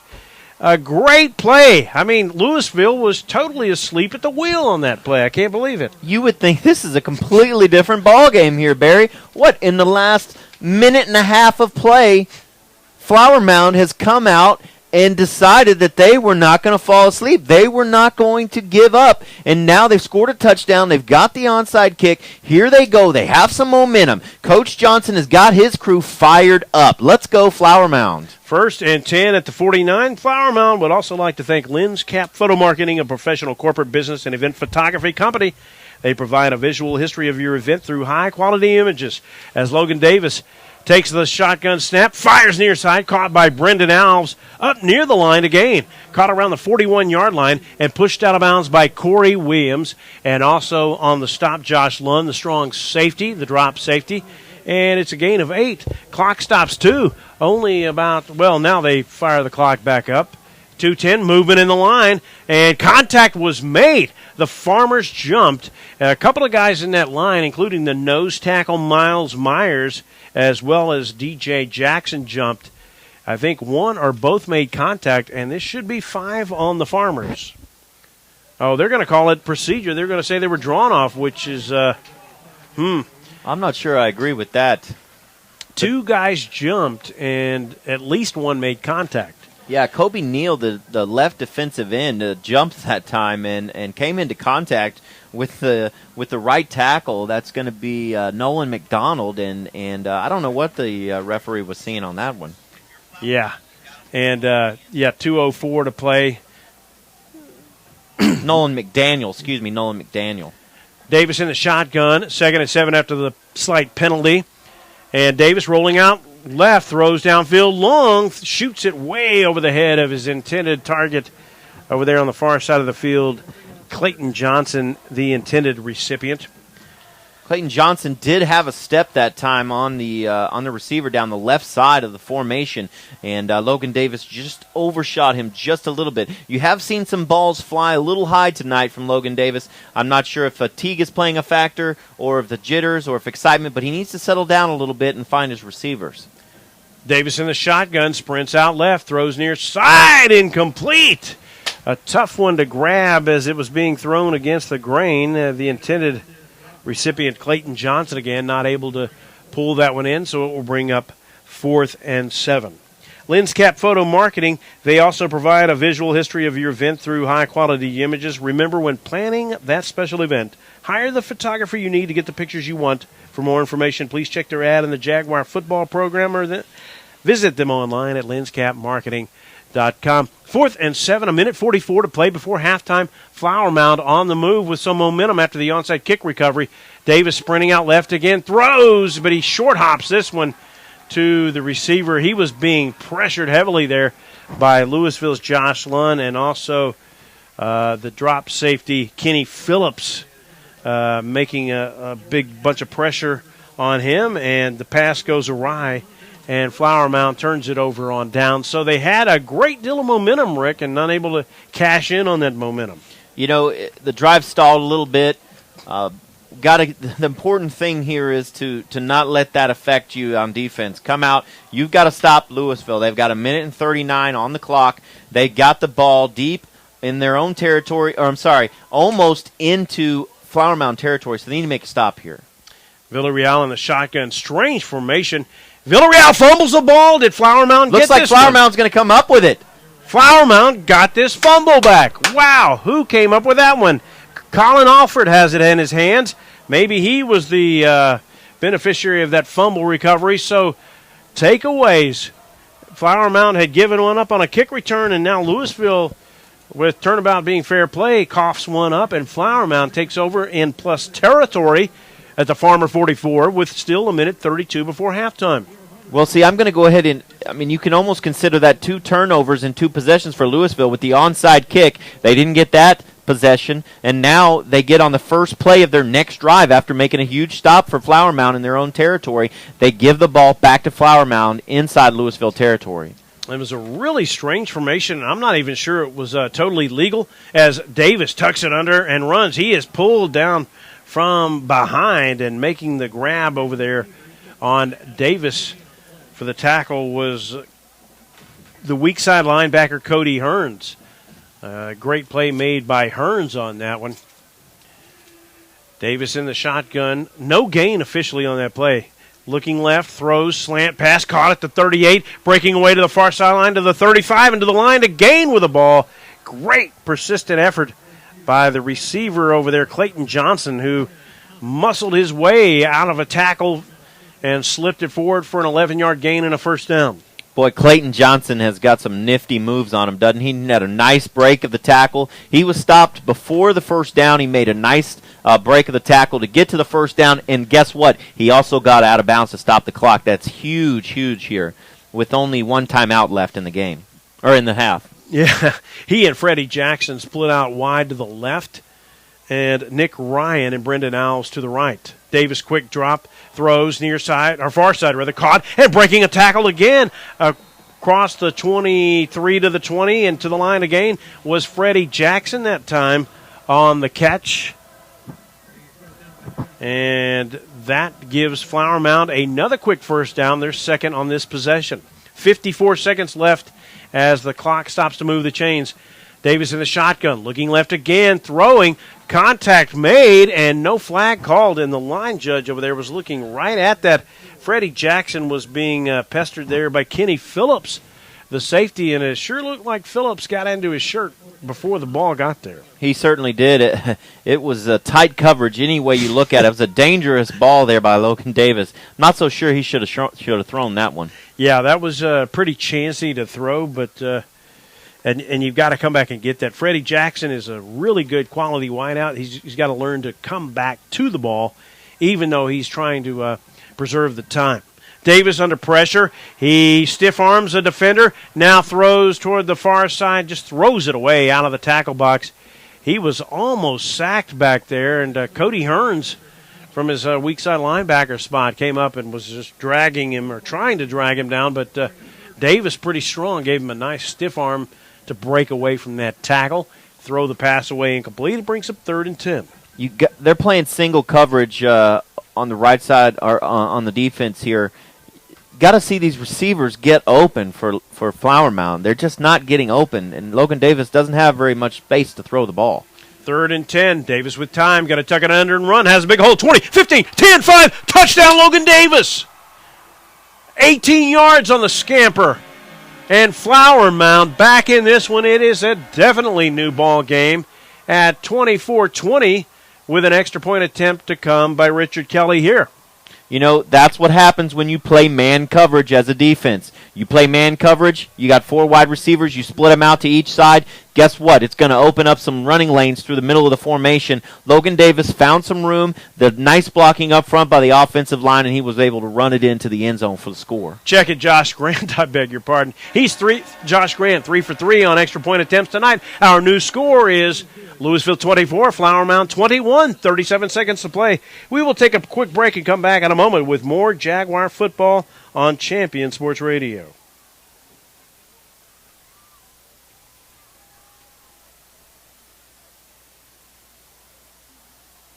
Our civilization 2,000 years from now, there will only be 3 things that Americans will be known for: the Constitution, baseball, and jazz music. GDYO's Jazz Institute provides young musicians in North Texas the opportunity to learn what it means to be a jazz musician through weekly technique classes and combo rehearsals with professional jazz musicians. From the first note to the final round of applause, GDYO Jazz Institute concerts will amaze and delight both hardcore jazz cats and new fans alike. Learn more about the truly original American art form through the GDYO Jazz Institute, online at gdyo.org/jazz.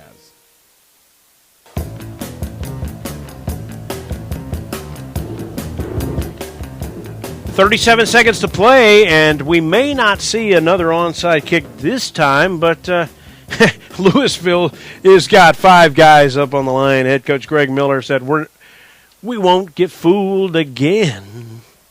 Well, something like that. On that last drive, it was a 5-play drive, 4 passes, 1 run, 2 incomplete passes, 2 complete passes. Logan Davis found some nice lanes to throw the ball, and he also ran for an 18-yard score for a first down and a touchdown. The extra point by Josh Grant makes it a 24-21 ball game. I think we got a new ball game here. And he line drives this kick, fielded at the 12, coming to the 15, 20, 25, 30, up the sideline to the 35, across the 40, and it is Josh Grant himself making the tackle to save an even longer return of 31 yards, all the way 34 yards, all the way to the 45-yard line. Flower Mound, their defense back on the field, and Lewisville with the ball, 55 yards away from pay dirt. The Jaguars will try to fend them out this last 29 seconds of the contest, and of the half rather. And here's that. Well, it's similar to the formation they had, not exactly. Villarreal in the shotgun, tucking it under, keeping out to the edge, across the 50, 45, 40, running room out to the side of the 30 in Jaguar territory. So he steps off a huge run on that play of 26 yards all the way to the 29-yard line in Jaguar territory. He's going to get up and spike it with 18 seconds left. So the Jaguars need of course, to prevent the big play and guard against that. But you don't want to give up a score, and you don't want to let them in field goal range. We've seen Matt McDonald boot a 43-yarder tonight, and they're not too far away from field goal range for that right now. Well, what happened on that last play, Barry, is the right side of the line, Alex Atchison and Brandon Crockett just crush-blocked the defensive ends for Flower Mound, and Hayden Brewer and nose tackle Darrell Rutherford did not have a chance on that play. Villarreal on the shotgun, looking downfield, throws over the middle, caught on a deep slant, and the ball is pitched out or fumbled and picked up by Lewisville and running the opposite way into the right corner for a touchdown. Wow! It's almost like a hook and lateral, and it may have been. It was. That was a designed pitch back all the way. The receiver caught the ball, saw number 15. That was Aubrey and Bob, the backup quarterback. Was it number 15? It was, wasn't it? I think it may have been not Isaac McDonald. Okay, maybe. Isaac McDonald came back for the, like you said, a little looking ladder, and that was, I don't even know what to say. That was a surprising play. Incredible play. Incredible play.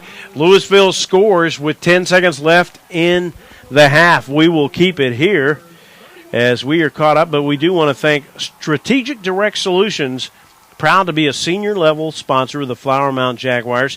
SDS is a staffing partner that provides great talent to companies all across North America. Visit them on the web at sdsllc.com to learn more. Assure you have the best players in the best positions on your team. Contact SDS today. And Rick, and aside from that quick little scoring spurt by Lewisville, we didn't even get to recap the Flower Mound drive before that. Yeah, the Flower Mound drive before that was a 5-play drive, which ended in an 18-yard run by Logan Davis. But Lewisville comes back, has a huge run by Villarreal to put them close. Then they got the huge pass play with the hook and ladder. What can you say? That's just really tough to defend. I mean, no one's expecting that.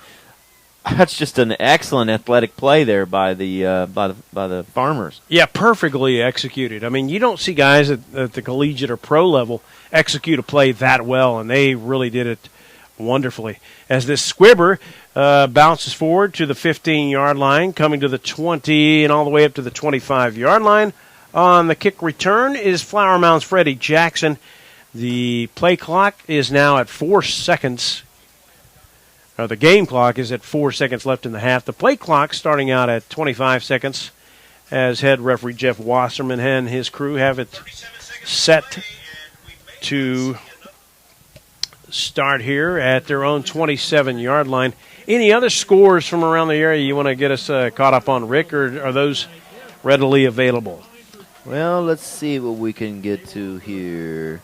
Yeah, it's Arlington Lamar is currently on top of Fort Worth Pascal, 55-7. Arlington Bowie, 28-21 in the second quarter. Let's see, District 5 6A action. We'll get to Keller Fossil Ridge getting blown out by Denton Geyer in Denton, 36-0. Close one in Keller. Keller Central and Justin Northwest playing a District 5 6A game. Keller Central on top of Justin Northwest, 21-17 in that one. Let's get to your District 6 6A action. That was the end of the half with Jordan Moore taking that carry for about 4 yards, and that is where the half ends. And our score at half is Lewisville 31, Flower Mound 21. But don't go away. We'll get you caught up on those when we come back here in just a moment for the Strategic Direct Solutions halftime show. You are listening to Flower Mound Jaguar football on Champion Sports Radio. This broadcast is under the direction and is copywritten by Champion Sports Radio. Any rebroadcast, retransmission, or use of the audio stream, and any and all other use of the accounts of this broadcast without the direct written consent and permission of Champion Sports Radio is strictly prohibited. All rights are reserved by Champion Sports Radio and ChampionSportsRadio.com. This is a presentation of Champion Sports Radio, your home for championship broadcasts. honey. Why are you home so late? Don't even get me started. Did Sally come in late again today? Sally comes in late every day. Pete can't stay off the internet, and Roger does everything but his job. It gets so frustrating. My employees can't be accountable for their own actions. You need to contact Strategic Direct Solutions, LLC. My company has been using SDS for years, and they have totally upgraded several positions for us. That sounds like a great idea and a great solution. Make sure your company has the best employees. That's right, in the best positions, so your organization can achieve success. Strategic Direct Solutions is a staffing solutions firm which has been supporting small to Fortune 500 companies across North America, providing great talent. Visit us on the web at www.sdsllc.com or call us at 972-355-7500 extension 305. On game day, leave the grilling to the amateurs and score the matchup of the century. Raising Cane's tailgates with jugs of lemonade and sweet tea. Cane's Tailgates get your appetite in the game with hot, fresh, never-ever-frozen chicken fingers and totally dippable cane sauce. They're fresh as a rookie, seasoned like a pro, and an automatic first down at any tailgate party. So when it's time for the big game, pick up some tailgates and jugs of lemonade and sweet tea. Now that's what I call a huddle.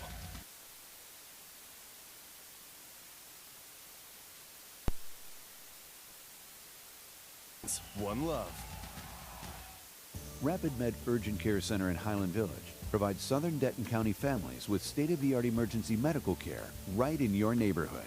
From checkups to broken bones, school vaccinations, sports physicals, and more, you can count on Rapid Med for all of your medical needs. Rapid Med is proud to provide the latest in concussion management through the IMPACT program in partnership with the Texas Health Sports Network. Rapid Med Urgent Care Center is dedicated to providing you with quality care quickly. Visit rapidmed.com. Point of Origin Design is your one-stop shop for all your apparel, promotional, event, or team uniform needs. Point of Origin Design is a full-service design and logo creation company that offers a wide variety of imprintable and embroidered products. With competitive pricing and quality work, you can't go wrong with Point of Origin Design. It's always best to start at the right point, so visit them online at pointoforigindesign.com. Let them help you plan your next promotional item or design your next t-shirt. That's online at pointoforigindesign.com.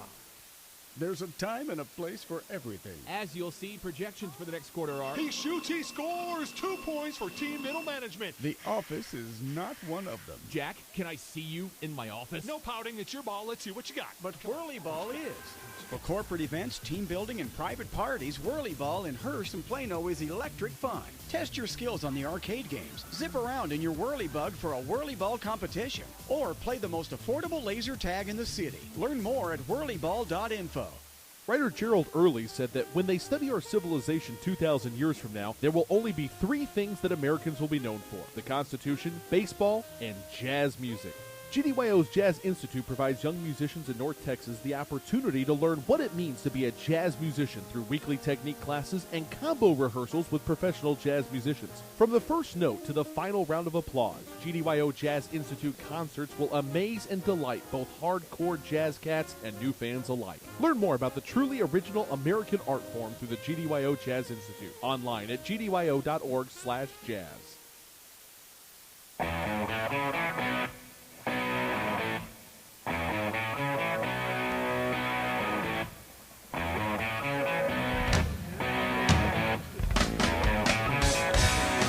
Halftime here at Max Goldsmith Stadium. Barry Probst and Rick Folletti here with you tonight. Who's living in the limelight right now? It is the Flower Mound Band entertaining the masses here at halftime. And in the first half, it was Logan Davis and several other Flower Mound Jaguar components, including Jordan Moore with a touchdown run.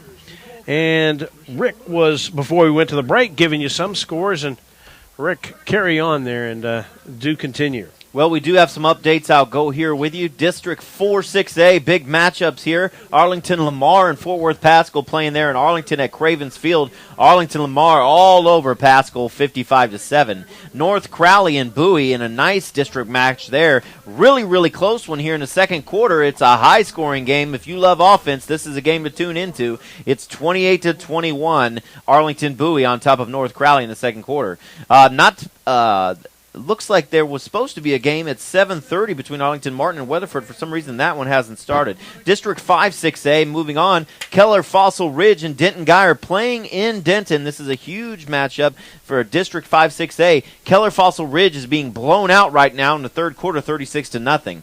And Keller Central and Justin Northwest in a really tight matchup at Keller ISD Athletic Complex, 21-17. Keller Central on top of Justin Northwest in the third quarter. Was that Weatherford game at Weatherford? At Weatherford, so well, it's probably Weatherford may already be getting the weather. Yeah, that's true. So weather probably playing a factor in Weatherford. Let's move on. District 6 6A, big matchup here with Allen and Hebron. Surprising score here, deep into the game, third quarter, 16-7. Allen on top of Hebron, but Hebron is playing them close.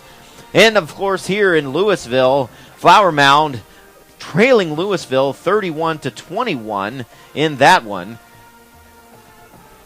And get right back to the scores here in just 1 second, folks. That's what happens when you're doing a little bit of a live broadcast. Sometimes your feed can get a little dicey from time to time. So as soon as we get that back up, we'll get these scores going back here for you. And here we go. We're back up. Out in Cedar Hill and Duncanville, that's a big matchup there. In the second quarter, Cedar Hill is on top of Duncanville 31-10 in that matchup. That's a good matchup to catch up there with. And then we got to District 7 6A, Colleyville Heritage Panthers playing at Haltom, and they're all over. Colleyville Heritage Panthers are all over Haltom 24-0 in that one. And let's see, Frisco Lone Star and Frisco Centennial, really, really good game out there in Frisco. 28-24 Centennial on top of Lone Star in the third quarter. Let's see, Mansfield Summit against Waxahachie out in Waxahachie. Mansfield Summit 52-27 late in the fourth quarter there. And we got Mesquite Poteet in Forney. Mesquite Poteet playing a home game. They're on top of Forney 28-24 in the second quarter there. And let's see what else we got here for you. Plano and Plano East, a big 6-6A matchup. The two McCullough brothers playing for the first time with Plano East. Joey McCullough playing against his older brother, Jadon McCullough. 27-6 Plano on top of Plano East in the second quarter. Plano is playing pretty tough there at actually, it is a home game for Plano East, but they're playing it pretty tough. Not going easy on the little brother, huh? No, it doesn't look like he's doing that as at this time. And let's see what else we got. Plano West is they're playing in the second quarter. Flower Mound Marcus is trailing Plano West by a score of 24-17. That's a good matchup there with Soso Jamambo, who was held last week to a minimal game against Plano. So shocking upset. You got to think that was a pretty big upset, and Plano West wanted to come out and make a statement there tonight. So if Flower Mound Marcus was to somehow upset Plano West tonight and come back, you got to think that would really shake up the district here for the playoff picture. Let's see, 8-6A, Mansfield and DeSoto. DeSoto 42, Mansfield 21 in the third quarter of that one. Grand Prairie at South Grand Prairie, a big matchup at the Gopher Warrior Bowl. And 24-0, South Grand Prairie on top of there. Let's turn it now to 9-6A, Irving and Jesuit. Jesuit, the big high-powered offense with the South Florida commit. 28-17, they're on top of Irving right now. Irving MacArthur at the Irving School Stadium deep in the third quarter. Holy smokes, folk. Irving MacArthur is all over Carrollton R.L. Turner, 41-0. The dream has died for R.L. Turner. They put 61 on the board their first 3 games of the season to go up 3-0. And since then, they have more than plateaued. And Irving MacArthur, not exactly the greatest football program here, and they're on top of big time over R.L. Turner. Let's turn it to 10-6A here. Big matchup with Mesquite Horn and Highland Park at Hanby Stadium in Mesquite. Second quarter action, Mesquite Horn on top of Highland Park, 28-14. Lake Highlands, the decent Lake Highlands program with Richardson, like I said, the big 10-6A matchup over there at Wildcat Ram Stadium in the second quarter. Lake Highlands on top, 28-21. And finally, in the District 10-6A matchup, Richardson-Pierce against Mesquite in the third quarter on top, 21-13, Richardson-Pierce on top. finally, let's get here. Let's see. District 6-5A, and well, that's probably the end of the 6A scores. So we'll turn it back to you, Barry. That is the 6A action here in the Metroplex. Thank you for that rundown, Rick, on all of the scores there. And, there was an article in the paper about Highland Park today. Could they maintain a winning streak in district play? It was on the line tonight against Mesquite Horn, and they are on the mat right now. It looks like 28-14 they are trailing, and that would break a several years winning streak they have. We will let you be entertained here by the Flower Mound Band here for the next few moments. Stick around as you listen to the Strategic Direct Solutions halftime show on Champion Sports Radio.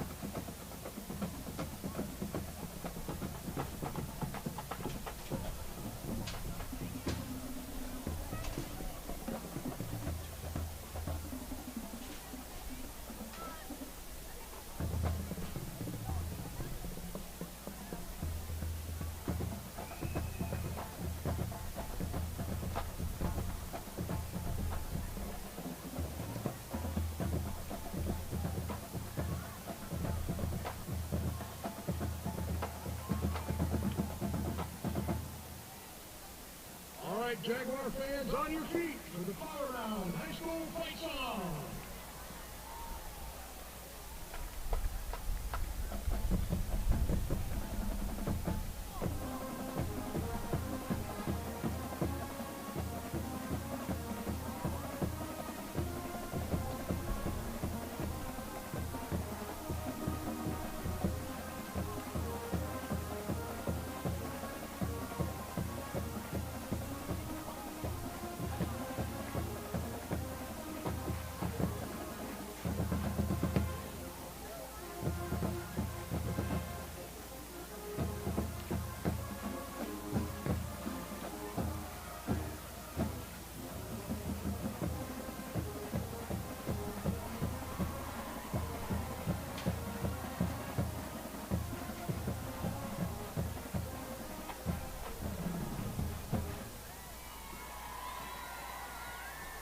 We'd like to thank our platinum sponsors, the Oryx Foundation, the Freedom Foundation, Colt Mechanical, and Brian Rose from Water Event Pure Water Solutions. Ladies and gentlemen, your attention, please. A lost wallet has been reported on the visitor side. If you happen to find a wallet, please return it to the visitor side ticket booth. Thank you.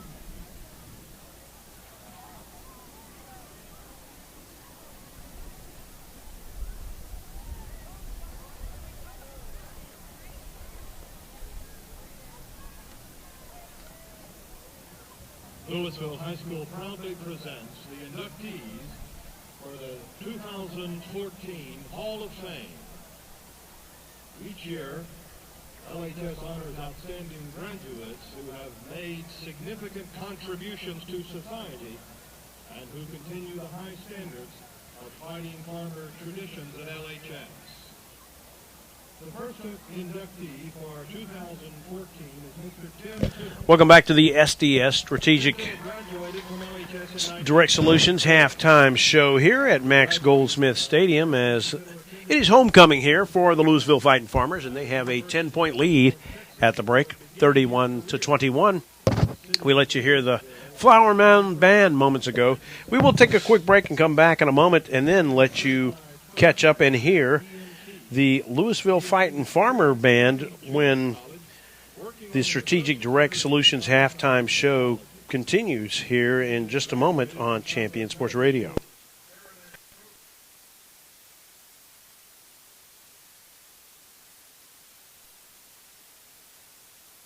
What are you doing, Hazel? Looking for a power drink for some energy boost for my marketing.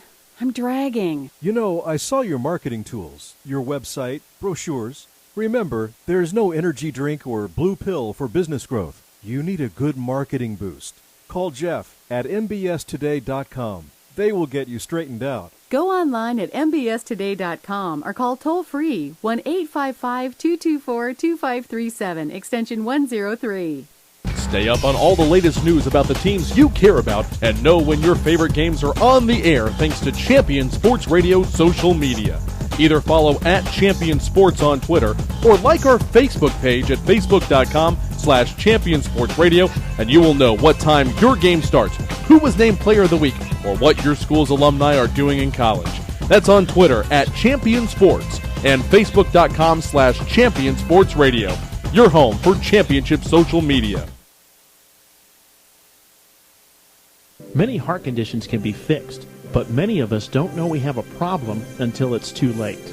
On April 2, 2009, Zachary Schraw, a 16-year-old sophomore offensive lineman, died of sudden cardiac arrest, the #1 cause of death among student athletes. Like so many SCA victims, Zach had no heart issues, nor did anyone in his family. If Zach had an echocardiogram, he might have been able to avoid suffering a condition that takes 10,000 of our youth each year.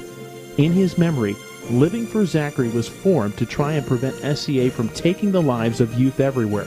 Join in the fight today and stop the silent killer of SCA by scheduling your young athlete for an echocardiogram, a procedure that can detect any heart issue with 99% accuracy. For more information, visit www.livingforzachary.org. That's living4zachary.org, and let your heart be heard.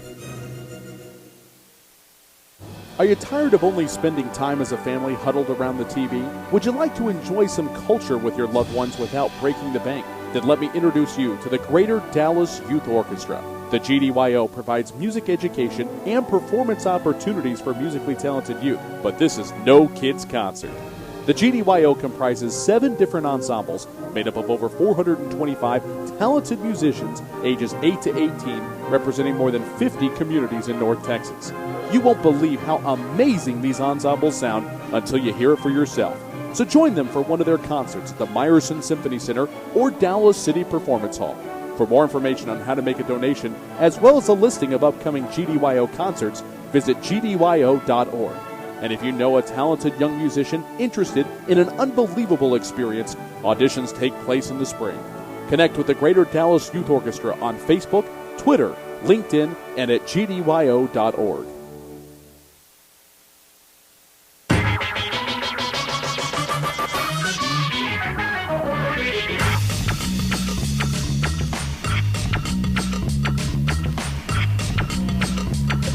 Halftime here at Max Goldsmith Stadium. Barry Probst and Rick Folletti with you this evening out here in Lewisville.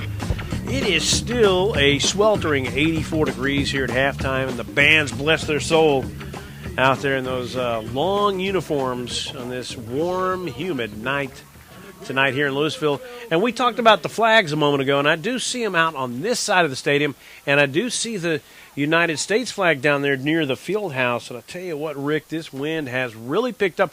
No sign of rain yet here, but it does look like the storm is coming in, and even though it's 84, temperatures probably will start dropping pretty soon. Yeah, absolutely. You can definitely tell that the wind has shifted from the south to the north, and the storms are on their way. If you look at the radar, the storms are slamming in, and you're absolutely right. The reason that Weatherford game has not started is because there was an absolute just downpour in Weatherford.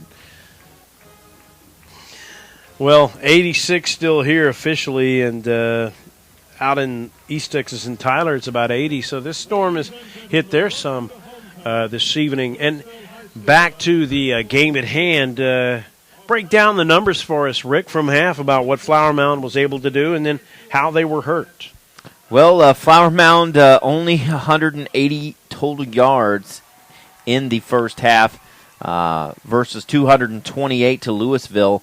9 first downs, only 8 rushes for 40 yards. They are averaging 5 yards a carry, which is pretty good. I'd like to see them run the ball a little bit more. Logan Davis throwing the ball 17 times, completing 9 of those. No interceptions, 140 yards, completing 52% of his passes. They only punted the ball twice, and punting average 29 yards on those. But the big thing that you have to see here for the Flower Mound Jaguars is the 2 fumbles and the 1 fumble lost. That's going to always get you. And another thing that you want to look here that you're going to have to cut down on is the penalties. 6 first-half penalties for 81 yards. And 3 of those basically on one play, essentially. 3 15-yard penalties on one play. Yeah. That'll get you every single time. So let's go back to the Flower Mound receivers. Quentin Morris leads the way with 1 reception for 57 yards in that touchdown. That huge touchdown to start the game, the first play from scrimmage for Flower Mound on offense. Now let's break down the scoring plays. First quarter, Lewisville with 6:39 left on. Carl McGee runs in a 1-yard touchdown run. Matt McDonald with the kick to add the extra point. Then Flower Mound comes back, as we said. Quentin Morris with a 57-yard pass from Logan Davis to tie it up at 14 all. Then, with 3:47 left in the first quarter, Mauricio Acosta gets the 7-yard pass from Adrian Villarreal, and McDonald again kicks the extra point. That makes it 14-7. Now, here's where it gets a little dicey. On the next possession of the game, Flower Mound goes ahead and fumbles the kickoff reception and gives the ball back to Lewisville deep inside the Flower Mound territory. They were able to hold Lewisville to a field goal, and that made it 17-7. So instead of trailing by 14, they were only down by 10. So to start the second quarter, down by 10, Lewisville puts the ball in the end zone when Tyrell Shavers gets a 14-yard pass from Adrian Vial to make the score 24-7. So at that point, it looked a little bit hopeless for Flower Mound. The game seemed to be getting out of hand, and we had even said if they were going to make a comeback, they needed to make it pretty quick. And they did. They really responded. They got 1 touchdown, and they could have had more. They got the onside kick. They got no points out of that. They gave it up on downs. And then they got the takeaway immediately, and they did respond on that drive, getting a touchdown. But they had some other opportunities there, Rick, and this has been kind of a bugaboo for this Flower Mound Jaguar team. They've gotten opportunities, never mind just the turnovers, just the penalties. They get opportunities down into the red zone and either turn it over on downs or they get bogged down, or in the one case, they got that illegal procedure penalty after the 8-yard quick hitch. On first down, it backed them up. They ended up having 3rd and 7, 4th and 7, went for it, didn't convert, didn't cash in. Yeah, it's tough whenever, right now the score's 31-21.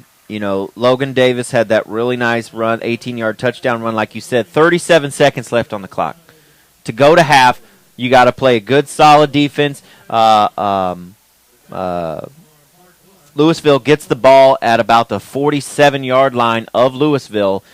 They've got to go 53 yards in. At the time, I think after the kickoff, it was about 29 seconds left on the play clock or on the game clock. Yeah. And Lewisville gets a huge run from Villarreal. A nice outside containment block by Lewisville, right side of the line. He runs it all the way down, and then they get the okey-doke. I don't even. It was an amazing play. Aubrey and Bob gets the 14-yard run after the catch. Who was it that made the catch? Somebody caught the ball and then pitched it back. I thought it was Cameron Creal. But it probably was Cameron Creal, and then pitches the ball to Aubrey and Bob for the 14-yard run.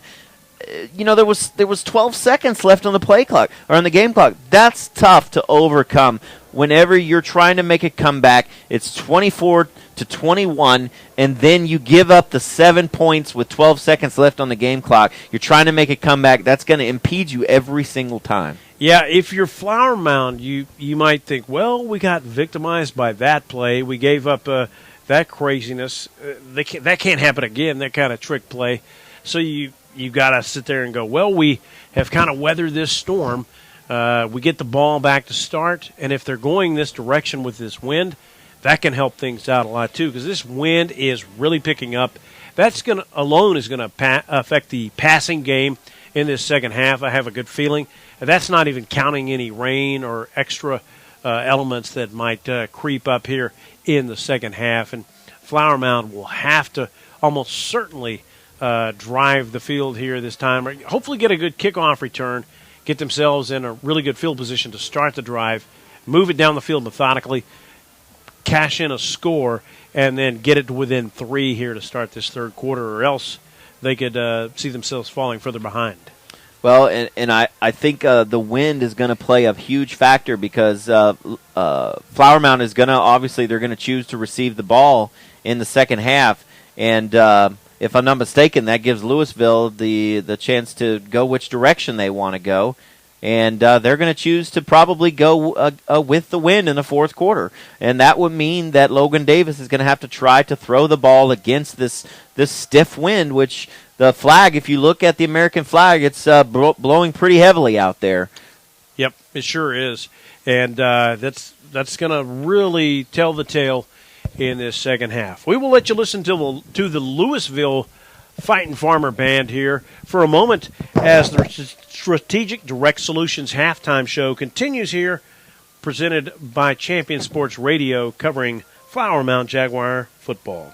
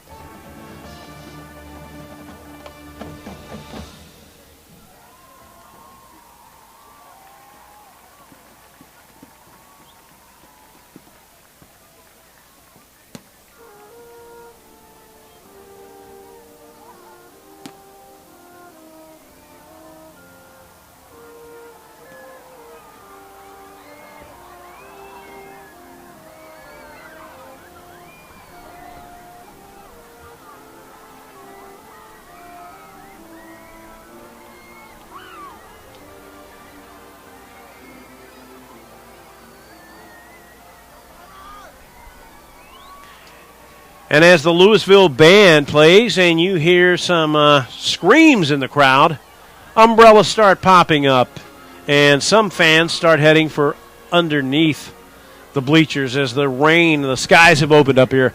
The rain is really coming down now heavily. And we just said a moment ago, Rick, that the rain was going to probably pop up. The wind was going to play a factor, and that was even before any other elements. And lo and behold, here are some of the other elements. So when do we get our contracts as meteorologists? That's a good question. Because that's we're batting 1 for 1 tonight, aren't we? Well, on that, yeah, we are. On that note, we are. Yeah, this rain is really falling down heavily now here. But the Lewisville band plays on. And as you look at the radar, we were just talking about the radar.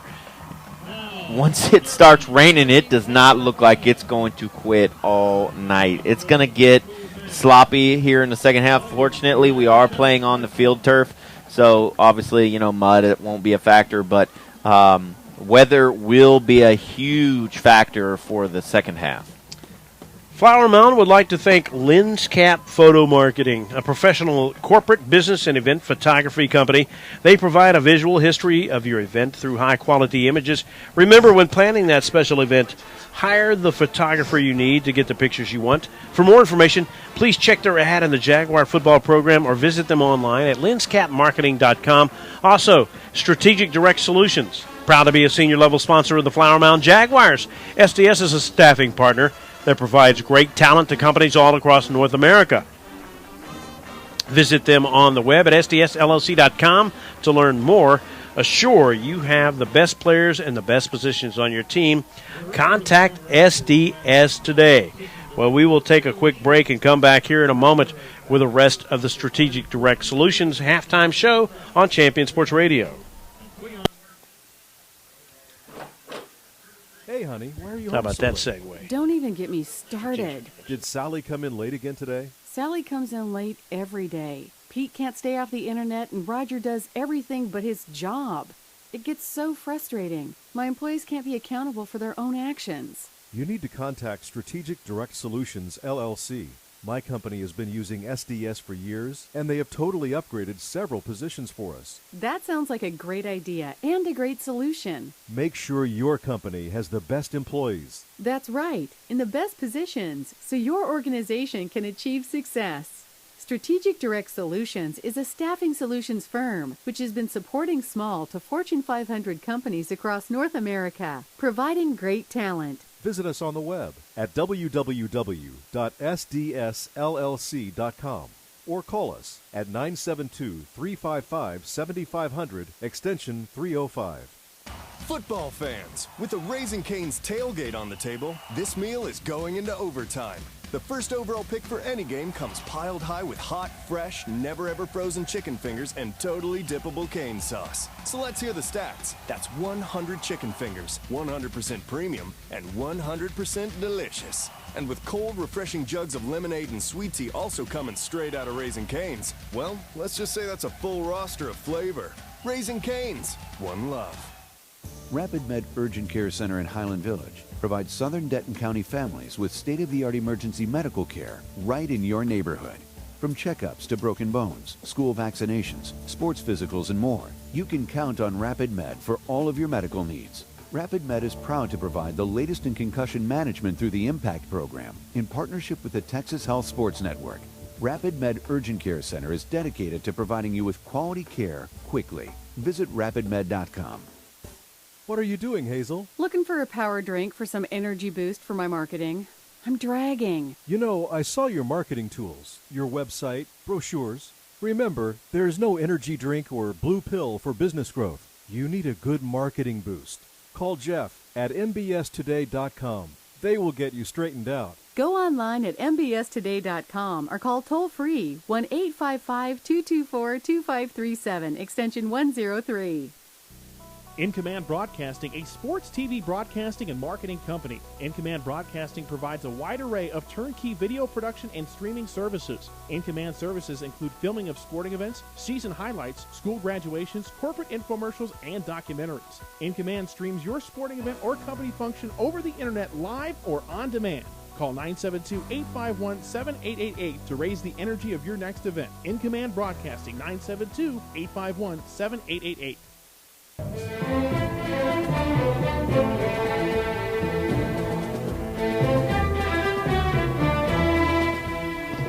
Well, perfect timing as we are set to kick off here. The Lewisville Fighting Farmers are, rather. Matt McDonald has it teed up and ready to go with the 40. And the heavy rain we had a moment ago is kind of tapered off just a little bit. And back to receive for the Flower Mound Jaguars back there will be both Nick Ryan and Freddie Jackson. Devin Coleman. They will both be back to receive this as Flower Mound on the short end right now, 31-21 as we get ready to start quarter number 3, and Matt McDonald's even having to have the ball held on the tee for him so it doesn't blow off. He pooches it to the right side. Fair catch signal is made and caught by Aaron Epping up around the 38-yard line. So we'll see if this rain and the field is now wet and slick. We'll see if this dictates the way Flower Mound chooses to run the ball here, starting in the third quarter, going from our left to right in all white jerseys, pants, socks. Some of them are in black shoes. Some of them are wearing white shoes like Logan Davis, the quarterback, and navy helmets. 1st and 10, Davis in the shotgun, 4 receivers set. He looks over the field. Throws far side, caught up around the 45-yard line, and dragged down as he's trying to get away is Freddie Jackson, but not before he can make a 7-yard reception. Actually, check that. They're going to give him an even 10 and move the sticks. That was a fantastic throw by Logan Davis. He put it right on the numbers. Chain gang a little bit confused here. Like they may not even have had it set properly for the original first, and they are still having trouble getting set. Davis sprints out right, looks downfield, throws incomplete, in and out of the hands of the intended receiver, Chandler Clatterbaugh, and Dylan Gorlick was behind him, and Gorlick almost able to come up with that catch off the deflection. Yeah, there was 2 receivers in the same area there. I'm wondering if somebody might have run the wrong route. Almost looked like that, but Dylan Gorlick almost was a beneficiary of a tipped catch, and this team has done that a couple of times this season. Shotgun again, 2nd and 10. Davis, quick look, throws on the slant. A little bit low, intended for Chandler Clatterbaugh, the slot receiver, and Clatterbaugh not able to quite reel it in, and he was popped a lick after that. Dylan Tillotson in now. A lot of receivers into the game now that we don't always see. Jack Sikora in there as well in the slot on the right side. So some guys that don't always see receiver game time. Clayton Johnson now joins that group. The trio split to the right. Ball on the left hash. 1 receiver split to the left.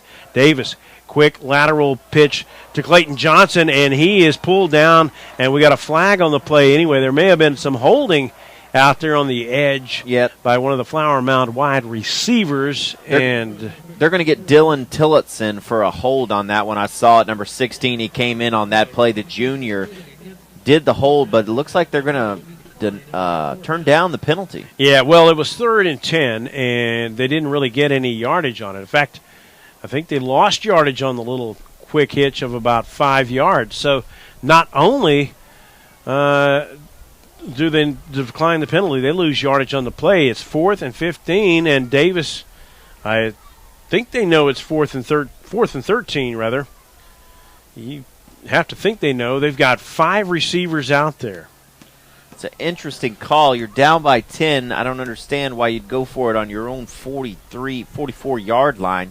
This is a long way to go. I mean, it's a flag flies, the play clock expires, and I was wondering, quite frankly, if Logan Davis was maybe going to quick kick it, maybe back up a little bit further in the shotgun and just quick kick it down there with the wind, but with nobody back there to return it, just give it a quick boot and let it bounce down the field to about 10 or 15. At least at this point, you give yourself a little bit more room for the kick. Maybe you can get it, pin them deep here in their deep zone, and that way you avoid the touchback. Double safeties back there to return it. Those are Corey Williams, and head-high snap to Josh Grant. He saves it and gets a nice boot away. It is going to sail out of bounds, though. So he wasn't able to really get any advantage with the wind and then bounce it in the field of play. He kicks it out of bounds at the 25. No return. He had Trinity Benson and Kenny Phillips back there awaiting that, or Corey Williams, rather, awaiting that punt, and you didn't want to get it in either of their hands, especially Trinity Benson. And it was a 42-yard punt there for Josh Grant with no return, so pretty good net punt, especially with no return. 6 men up at the line for Flower Mound, 8 in the box. Devin Coleman comes up to the line now to guard against a run, and Adrian Villarreal is dragged down by a couple of guys in the line.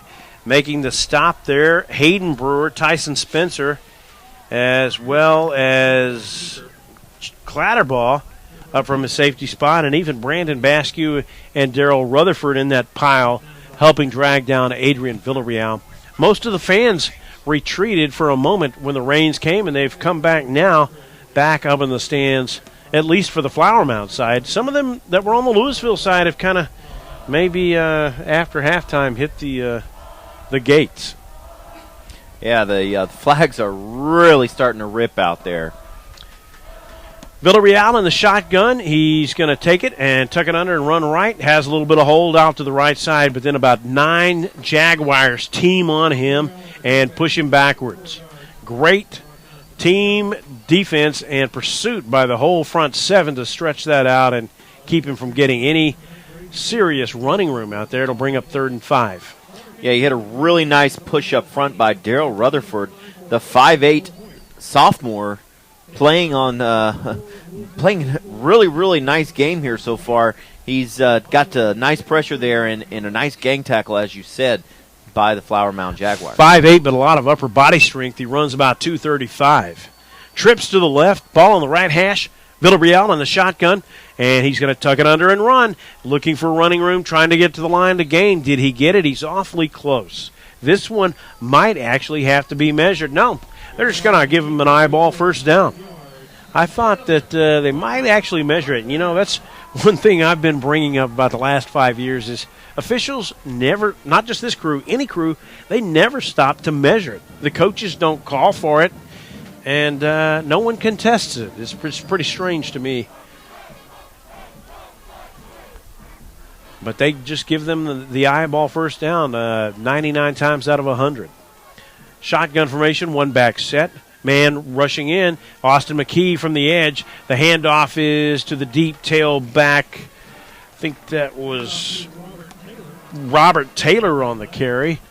And Taylor with a handful of yards there, about 7 or 8 on the gain. That was a nice open field tackle that time by Chase Lemke. The sophomore came in and made a really spectacular tackle. Nice form tackle, wrapped him up, kept him from getting more yards on the gain. I thought it was Xavier Franklin, but he's not on our roster. Robert Taylor, number 4. And busted play, Villarreal keeps. Has some room, though, and he's going to have the first down as his running back went one way and he went another. And it kind of confused everybody, not just him, but guys on the other side as well. Yeah, the Flower Mound defense was doing what they were supposed to. They read the ball carrier, well, the attempted ball carrier ran to the left, and the defense followed him, and the quarterback kept it, went to the right, found 6 yards for the first down. So 1st and 10 for the Farmers. Their second of the drive. In the shotgun, 2 receivers split to the left and 2 to the right. 1 goes in motion now, and they fake the fly sweep to him. And Villarreal keeps straight up the middle, big hole across the 50 to the 45 to the 43 in Jaguar territory. And again, he's got the first down.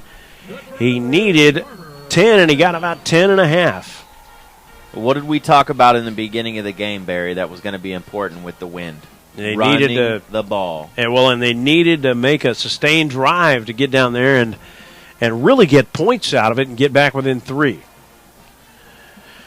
But nonetheless, here is Lewisville going from our right to left into plus territory now with their fourth first down of the possession. Villarreal quick toss left. It is caught by Trinity Benson. Breaks one tackle and is pushed out of bounds over there. Lassoed down by Devin Coleman. But after a gain of about 6, it'll be 2nd and 4. And Benson's just a really good athlete. Yeah, he had a quick pass to the outside that time. Stepped back. Caught the pass, had a little bit of room to run, and made a nice move to pick up, like you said, about 6 yards on the play. Lewisville with a pretty good-sized offensive line. They've opened up some holes for Villarreal and given him time to pass. He's got Carl Phillips in the background there with him. Carl McGee, I beg your pardon. And Villarreal keeps, tucks it under, takes it around the right edge for a gain of about 3. Across the 35 to the 34. It'll bring up 3rd and 1 now coming.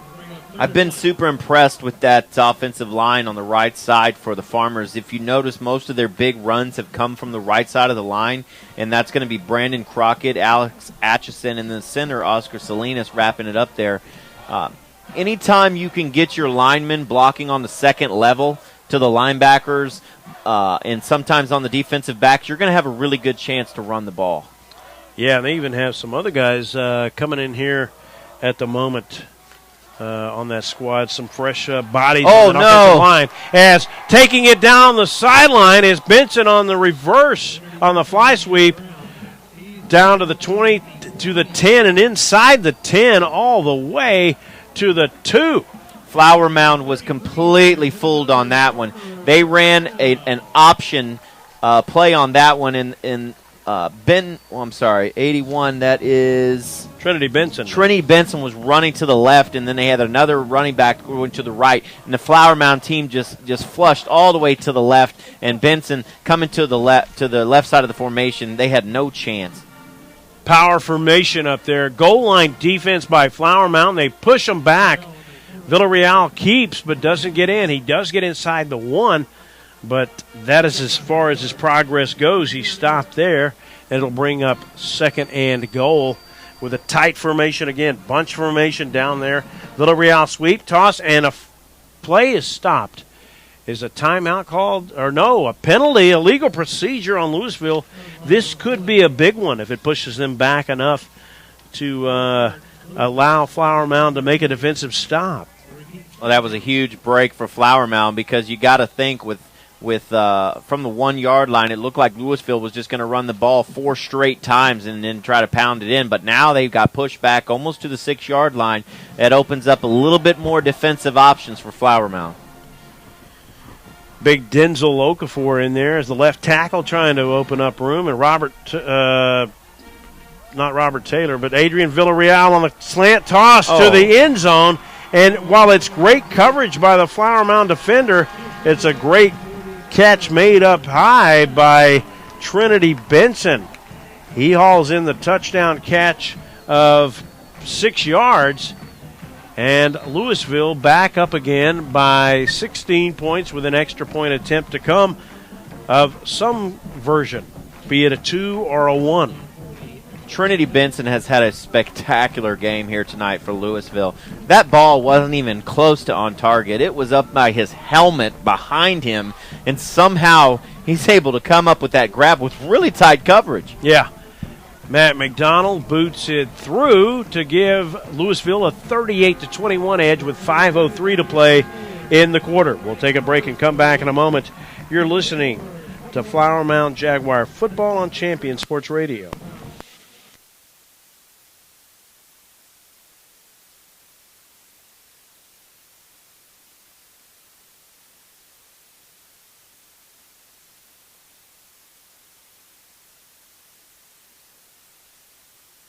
All the latest news about the teams you care about and know when your favorite games are on the air thanks to Champion Sports Radio social media.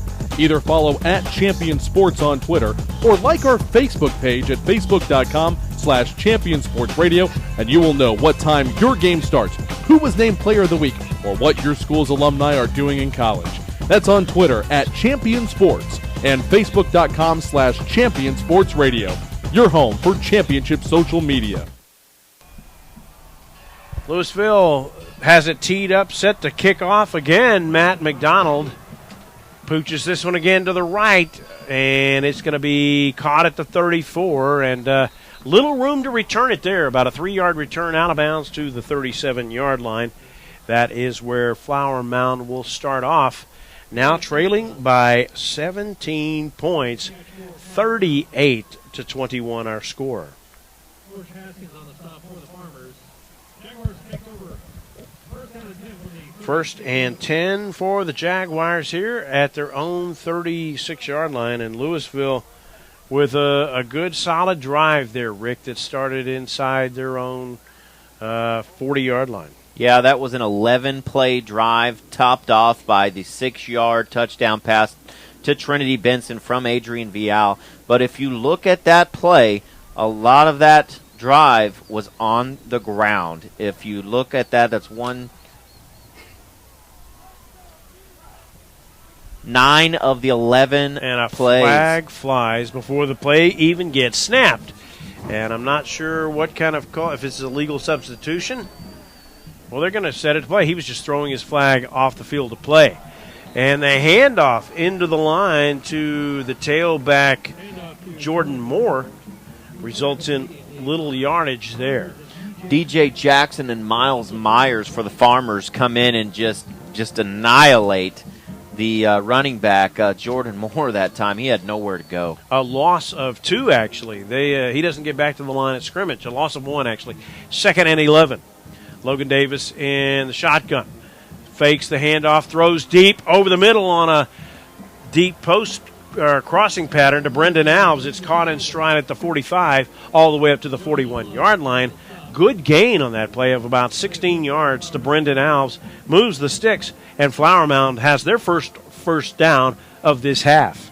I can't say enough about Brendan Alves. This kid runs fantastic routes. He's only a junior. Coach Johnson has got to be happy he's coming back next year. Inside handoff to Jordan Moore, and there's not much running room there around the right edge. Moore being pulled down by a couple of defenders, including Cody Hearns and the Mike linebacker, Nick Patton. So a gain of about 2. It'll be 2nd and 8. Running tough to come by for this Flower Mound offense. I mean, they don't even really know it's coming because I think they're usually thinking pass. But Lewisville with 7 to 9 guys crammed in the box right here. Man goes in motion. Logan Davis rolls out left. The pulling guard, Ty Neighbors, trying to give him some room, some running room around there, and he does a good job of Neighbors pulling way out of there from his guard position to block ahead, and Davis keeps it and tucks it under for a 10-yard gain and a first down. Yeah, and you also had really nice blocking on the outside that time by the wide receiver to spring Logan Davis for nearly a first down. And Carter Severson in on there, too, helping block, pulling out there. In the shotgun is Davis. Actually, short of the first down, 3rd and 2. Quick toss near side, caught at the 28 to the 25, breaking away to the 20 and the 15-yard line. Goes the receiver, Aaron Epping, the big target there. Epping runs about 6'2", and had some speed there. He almost pulled away from 2 or 3 guys. 14-yard gain and a first down. Inside handoff to Jordan Moore, I believe. Not much running room there over the left side of the line. And Moore goes for about 2. On that last play, bearing that big play to Aaron Epping, he gives a nice double move. He fakes to the outside like he's going to run an up pattern, and he cuts in on the post, gets a really nice throw from Logan Davis, and just shoots up the left hash for a big gain. They give him progress, actually, to the 12 and call it a 4-yard gain. Davis throws out, caught! Touchdown, unbelievable! Colton Wilson in the lower corner of the end zone on the right side. That was an amazing catch because it looked like it may have been intended for another receiver. Maybe Brendan Alves. It was thrown over his hand. He reached up to try to get it, and Colton Wilson, Johnny on the spot back there. Does it look like it actually was Nick Ryan, number 19?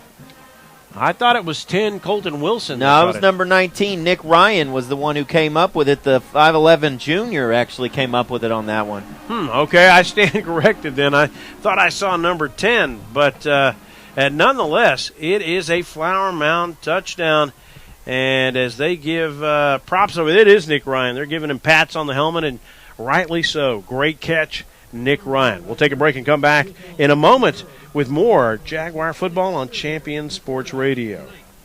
Are you tired of only spending time as a family huddled around the TV? Would you like to enjoy some culture with your loved ones without breaking the bank? Then let me introduce you to the Greater Dallas Youth Orchestra. The GDYO provides music education and performance opportunities for musically talented youth, but this is no kids' concert. The GDYO comprises 7 different ensembles made up of over 425 talented musicians ages 8 to 18, representing more than 50 communities in North Texas. You won't believe how amazing these ensembles sound until you hear it for yourself. So join them for one of their concerts at the Meyerson Symphony Center or Dallas City Performance Hall. For more information on how to make a donation, as well as a listing of upcoming GDYO concerts, visit gdyo.org. And if you know a talented young musician interested in an unbelievable experience, auditions take place in the spring. Connect with the Greater Dallas Youth Orchestra on Facebook, Twitter, LinkedIn, and at gdyo.org. Kickoff by Josh Grant, being returned by Corey Williams up the sideline to the 20, 25, 30, 35 before he is wrestled down there. So a good kick by Josh Grant with this wind that's still blowing, but a really good return of about 28 yards by Corey Williams, and that is where Lewisville will start off 1st and 10 at their own 34-yard line, leading by 10, 38-28, thanks to that really good drive put together by the Jaguars. How about a stop here? They need that. They need that in the worst way. Wing on the left side and a tailback behind Villarreal. Villarreal fakes, keeps it. The pile drives everybody forward as Villarreal has the red carpet laid out for him for about a 9 to 10 yard gain. They're going to call it 9.5 and not give him the first. 2nd and short, about a half yard needed. Villarreal fakes the handoff, keeps over the right side of the line, and he is dragged down from behind by the lineman, or Chase Lemke, the linebacker over there on the far side of the field. Colin Alford checking out after that play. He was also helping out in pursuit. If you notice, one thing that you're seeing here is a huge push from the offensive line. Every single time that Villarreal goes to run the ball, he gets almost 2 to 3 yards before he's even touched. And I mean, that just says a lot about the offensive line for Lewisville. Yeah, they are having a bang-up night tonight. Villarreal in the shotgun, looking for room on the edge, and he slips a tackle over there on the far side of the field and gets forward across the midfield stripe before Darrell Rutherford and Robert Darnell team up to make the stop on him after about a 4.5, 5 yard gain. Clock nearing a minute 20 here in the third quarter of play, and Lewisville, when this quarter commences, will have the win the rest of the game. Yeah, and that's going to be huge factor here in the fourth quarter. Villarreal in the shotgun, one back behind him, quasi-pistol formation, and that's Robert Taylor, the tailback, taking it. He was not on our roster, but we got a voice from above giving us the tip on who he was.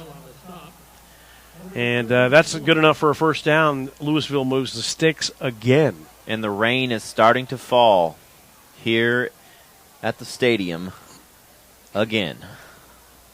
Isaac McDonald, the fullback, in there for Lewisville right now, too. Villarreal still the quarterback, and he's got Isaac McDonald in there as fullback. This is a pistol formation this time, an actual one. Benson comes in motion, sets up closer to the line. Villarreal gives it to the tailback, Carl McGee, up the middle to about the 40-yard line. And they have got another first down. Clock stops momentarily to move the chains. Under 20 seconds here in the third quarter. Wind whipping really heavily out of the north and northwest. Field is pretty damp and slick. And actually, the clock is going to restart, and that's going to be the end of the third quarter. We'll take a break and come back in a moment with more Jaguar football on Champion Sports Radio.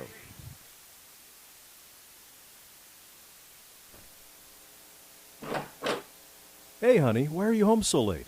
Don't even get me started. Did Sally come in late again today? Sally comes in late every day. Pete can't stay off the internet, and Roger does everything but his job. It gets so frustrating. My employees can't be accountable for their own actions. You need to contact Strategic Direct Solutions, LLC. My company has been using SDS for years, and they have totally upgraded several positions for us. That sounds like a great idea and a great solution. Make sure your company has the best employees. That's right, in the best positions, so your organization can achieve success. Strategic Direct Solutions is a staffing solutions firm which has been supporting small to Fortune 500 companies across North America, providing great talent. Visit us on the web at www.sdsllc.com.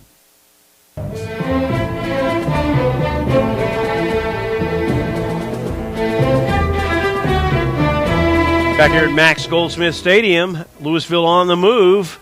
If Villarreal fakes the handoff, going to throw down deep down the sideline. It is picked. Is it picked inbounds by Clayton Johnson? Yes. It is at the 9-yard line. The receiver kind of quit on the route, and we have a flag that's going to be on Lewisville. How fortuitous. A flag that flies is actually on Lewisville, and Flower Mound in the midst of it comes up with a big takeaway deep inside their own territory, thwarting a Farmer drive. Well, you mentioned it, Barry. For some reason, the Lewisville receiver quit on the play. Clayton Johnson did not. The 5'11 senior saw that the ball was thrown. He did not quit on the play. He came up with the circus catch to get that 1 foot inbounds and to give the ball back to Flower Mound, trailing by 10 in the fourth quarter. They're going against the wind here, so they need to get the running game going if they're going to have a chance to get this drive into the end zone. Yeah, and I say he quit, but it may have just been such miscommunication. He thought it was a button hook route. Meanwhile, quick toss near side to Freddie Jackson, incomplete on first down, because he purposefully stopped the route off short and sawed it off and maybe thought he was supposed to come back, and the throw went all the way down on the go route down the sideline, and Clayton Johnson, fortunately for Flower Mound, did not give up on it and kept after it and picked it off at the 9. So here we are, 2nd and 10 after the incomplete pass. Not that they shouldn't throw one into the wind, a short sideline route. Quick drop for Davis, time in the pocket, throws, intercepted at the 20, coming back to the 15, to the 10, and to the 8. So they give it right back. That one deflected in and out of the receiver's hands. Not all on Logan Davis. The pass looked to be there, but and I question the play calling here, Barry. I mean, you've got a stark wind that's blowing from the north. You're driving to the north, and 2 straight pass plays deep in your zone. It's dangerous play calling. I would have liked to have seen a little bit more conservative play calling. Well, at any rate, this will be the second turnover of the night for Flower Mound. Can they make a stop again? We have a flag flying and a legal formation, our procedure penalty against Lewisville here as we start the fourth quarter of play. Flower Mound would like to thank Rapid Med Urgent Care in Highland Village, a family-owned and operated business that delivers the best, most convenient medical care. You can sign in and find more information at rapidmed.com. Also, Whirly Ball, 2 locations to serve you, Plano and Hearst. Leagues are forming right now, so visit them at whirlyball.info. 1st and 13. First and goal, rather, from the 13. Villarreal and the shotgun man goes in motion. They fake the handoff. Villarreal keeps, slips his tackle to the 10, to the 5, to the 2. Powering his way in for the Farmer touchdown is Adrian Villarreal. And see, that's what happens when you give the ball to Lewisville deep in your own territory. That goes back to the play calling on the previous drive before the turnover. You did the dangerous Dangerous thing of throwing the ball in the wet conditions deep in your own zone. Logan Davis has been throwing the ball high all night. He throws a high ball. It gets tipped, gets intercepted. It sets up a drive, short field for Lewisville. They punch it in with Villarreal, and here we are now. It's 45-28. And Aubryon Bob boots this one through for the extra point. That's good. 11:29 to play in the fourth. Lewisville 45, Flower Mound 28. We'll take a break and come back in a moment with more Jaguar football on Champion Sports Radio. Strategic Direct Solutions is a staffing solutions firm which has been supporting small to Fortune 500 companies across North America, providing great talent. Visit us on the web at www.sdsllc.com or call us at 972-355-7500, extension 305. Stay up on all the latest news about the teams you care about and know when your favorite games are on the air thanks to Champion Sports Radio social media. Either follow at Champion Sports on Twitter or like our Facebook page at facebook.com/Champion Sports Radio, and you will know what time your game starts, who was named Player of the Week, or what your school's alumni are doing in college. That's on Twitter at Champion Sports and facebook.com/Champion Sports Radio, your home for championship social media. Well, Matt McDonald has it teed up, ready to go. He boots it deep and caught at the goal line by Clayton Johnson. He has to bring it out. He's to the 5, to the 10, to the 15, spinning away from a tackle to the 19.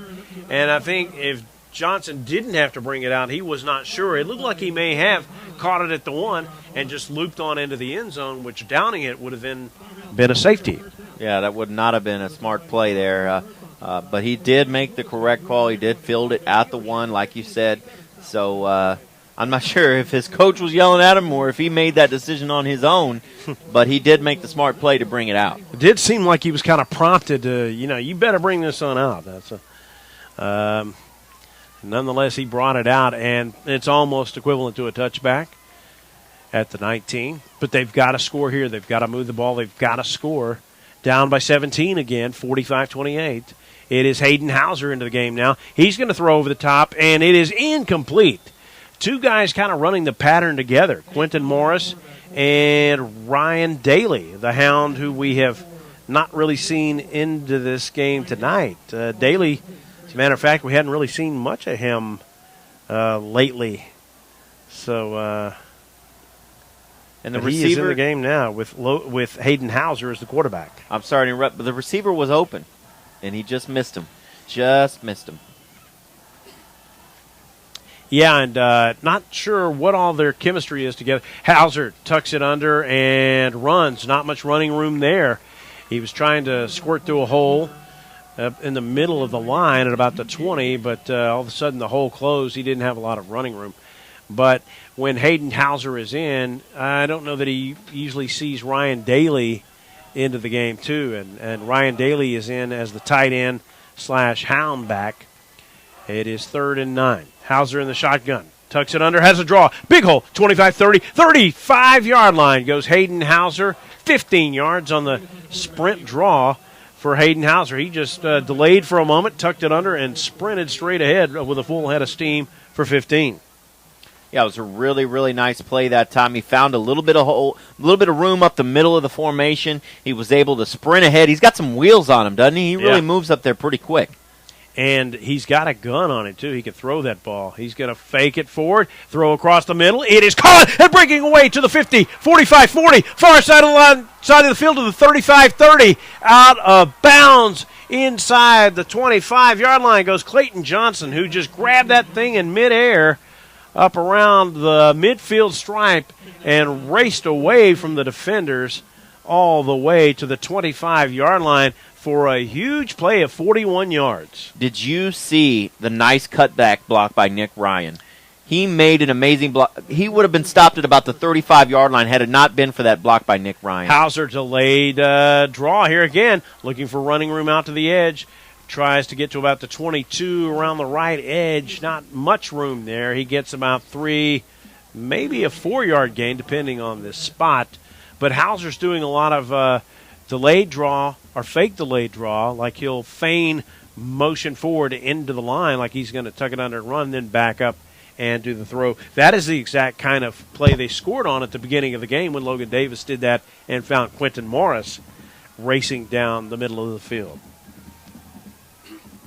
Hauser looking left, slant pattern, incomplete, intended for Clayton Johnson, but he's not able to catch up and reel it in. It'll bring up 3rd and 6 now. Oh, well, there's one thing you can say about Hayden Hauser. That wind is whipping out here, and he throws the ball, and it looks like there's no wind. Yeah, he throws a really tight spiral, and if you keep a tight spiral, you can pierce that wind pretty well, believe it or not. And he's going to tuck it under, and he's looking for running room out to the edge. Makes a cut back to the 20, and to the side to the 15, to the 13, and he has the first down. So Hauser moves the Jaguars on this drive all the way into the red zone. They've got to score here. Clock, big time a factor. Under 9.5 to play, but they've got to score and then consequently make a stop. And we may have seen lightning off to the north there a little bit. Hauser in the shotgun. He gives the handoff to Jordan Moore, looking for running room up the middle across the 10 to the 9-yard line. You're definitely seeing lightning up there. I thought I saw it flash again, maybe. And we may end up with a delay here if that lightning gets within 10 miles. They're pretty strict about getting these games postponed to, player safety is always number one. Yeah, light drizzle, if anything, as Hauser puts the ball on the turf. Did he get it back? I think he got it back, or Flower Mound got it back. It was 2nd and 7 after the previous run. It's going to be about 3rd and about 8 or 9 after that loss on the play. And there was a big flash out to the north of us here. And I don't think it'll be much longer before they stop this one. You got to think that the administrative staff somewhere has a lightning detector and is keeping an eye on this. Hauser throws a slant, caught at the 5, trying to spin away to the 3, to the 2, with the ball all the way to the 2-yard line. Making a nice grab there is Nick Ryan, who had a touchdown catch a little bit ago. And he's got him set up with 4th and 2. And 4th and 1 at the 4. One thing I've noticed, the wind is now coming out of the west. Remember, it was coming out of the north? Look at these flags now. They're blowing, hard from the west. Ryan Daly in as a hound. We'll see. And Jordan Moore in as a tailback. Hauser takes the snap forward to the 2, to the 1. Did he get in? He's awfully close. He is just short of the goal line, but he does give the Jaguars the first down at the 7:31 mark. So the clock, it skipped from 7:31 to 7:28 and started going again. And lightning flashing way up to the north of us. But like you said, the wind's coming from the west. Hauser gives the handoff to Jordan Moore, breaks a tackle in for the Flower Mound touchdown. Goes the tailback, Jordan Moore, and he puts Flower Mound on the board at 34. They're now down by 11 with a Josh Grant extra point to come. It's a dangerous extra point here. Ooh, big lightning bolt. His kick is up, and it is good. And we have a 10-point game again, 7:10 to play in the game. Lewisville, the Farmers, 45, Flower Mound, 35. We'll take a break and come back in a moment with more Champion Sports Radio's presentation of Flower Mound football. Holy cow. Those flags are... On game day, leave the grilling to the amateurs and score the matchup of the century. Raising Cane's tailgates with jugs of lemonade and sweet tea. Cane's tailgates get your appetite in the game with hot, fresh, never-ever-frozen chicken fingers and totally dippable cane sauce. They're fresh as a rookie, seasoned like a pro, and an automatic first down at any tailgate party. So when it's time for the big game, pick up some tailgates and jugs of lemonade and sweet tea. Now that's what I call a huddle. Raising Cane's, one love. Point of Origin Design is your one-stop shop for all your apparel, promotional, event, or team uniform needs. Point of Origin Design is a full-service design and logo creation company that offers a wide variety of imprintable and embroidered products. With competitive pricing and quality work, you can't go wrong with Point of Origin Design. It's always best to start at the right point, so visit them online at pointoforigindesign.com. Let them help you plan your next promotional item or design your next t-shirt. That's online at pointoforigindesign.com. Josh Grant kicks it off to his right, and it takes a bounce out of bounds, and Lewisville is going to have it up around the 30-yard line after that penalty. And, Rick, you noted at the break that this wind is upward of around 35 to 40 miles an hour from the west whipping in. I'm looking here at the radar, and we have got some really, really bad stuff headed our way, folks. If you are indoors, you need to stay indoors. There's some pretty heavy rain, possible hail headed this way. So please stay indoors if you can. And as we play an outdoor football game. Yeah, and the rain is now picking up again. You can see it's more than heavy drizzle now. It's starting to fall a little bit heavier now. As Lewisville takes over, there's some trash blowing out on the field. Lewisville hands off to the tailback. May have been Carl McGee. Robert Taylor on that carry. Robert Taylor, and even our crowd mic picked up some of the wind that time. 6:57 and counting. And towels blowing all over the field, folks. It's a sight to see out here. Fans left in the stands, a lot with umbrellas, some with ponchos and covers of some kind. The Spirit team down there for Lewisville has their ponchos on. They came prepared. Not sure what the temperature has dropped to here now. Trinity Benson goes in motion, takes the handoff on the fly sweep, tripped up at the 33, but he breaks that tackle and gets forward to the 35 and then the 40, and making the stop over there on the far side of the field was Chris Irvin. Chandler Clatterbaugh coming up to help out on that tackle as well. 6:10 and counting. The temperature was 86 about a half an hour ago, but it is dropping some. And it's a lot cooler with the rain for sure. And Lewisville taking their time in the huddle. Play clock down to 11, down to 10. Flower Mound with 8 in the box trying to stop this. Villarreal with a shotgun snap. He is hit as he gets back to the line of scrimmage. And making a great stop there, I think it was Tyson Spencer.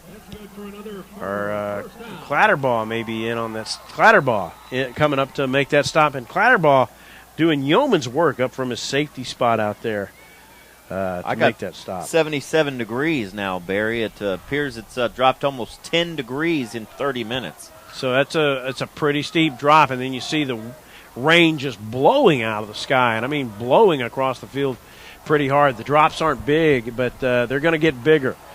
Villarreal in the shotgun.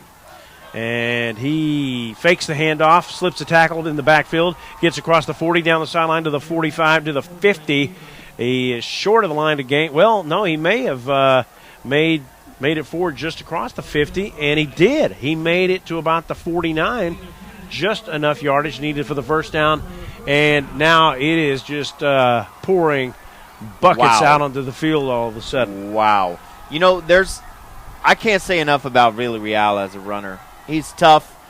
He makes the one quick move to get you off your. Oh my gosh, the rain!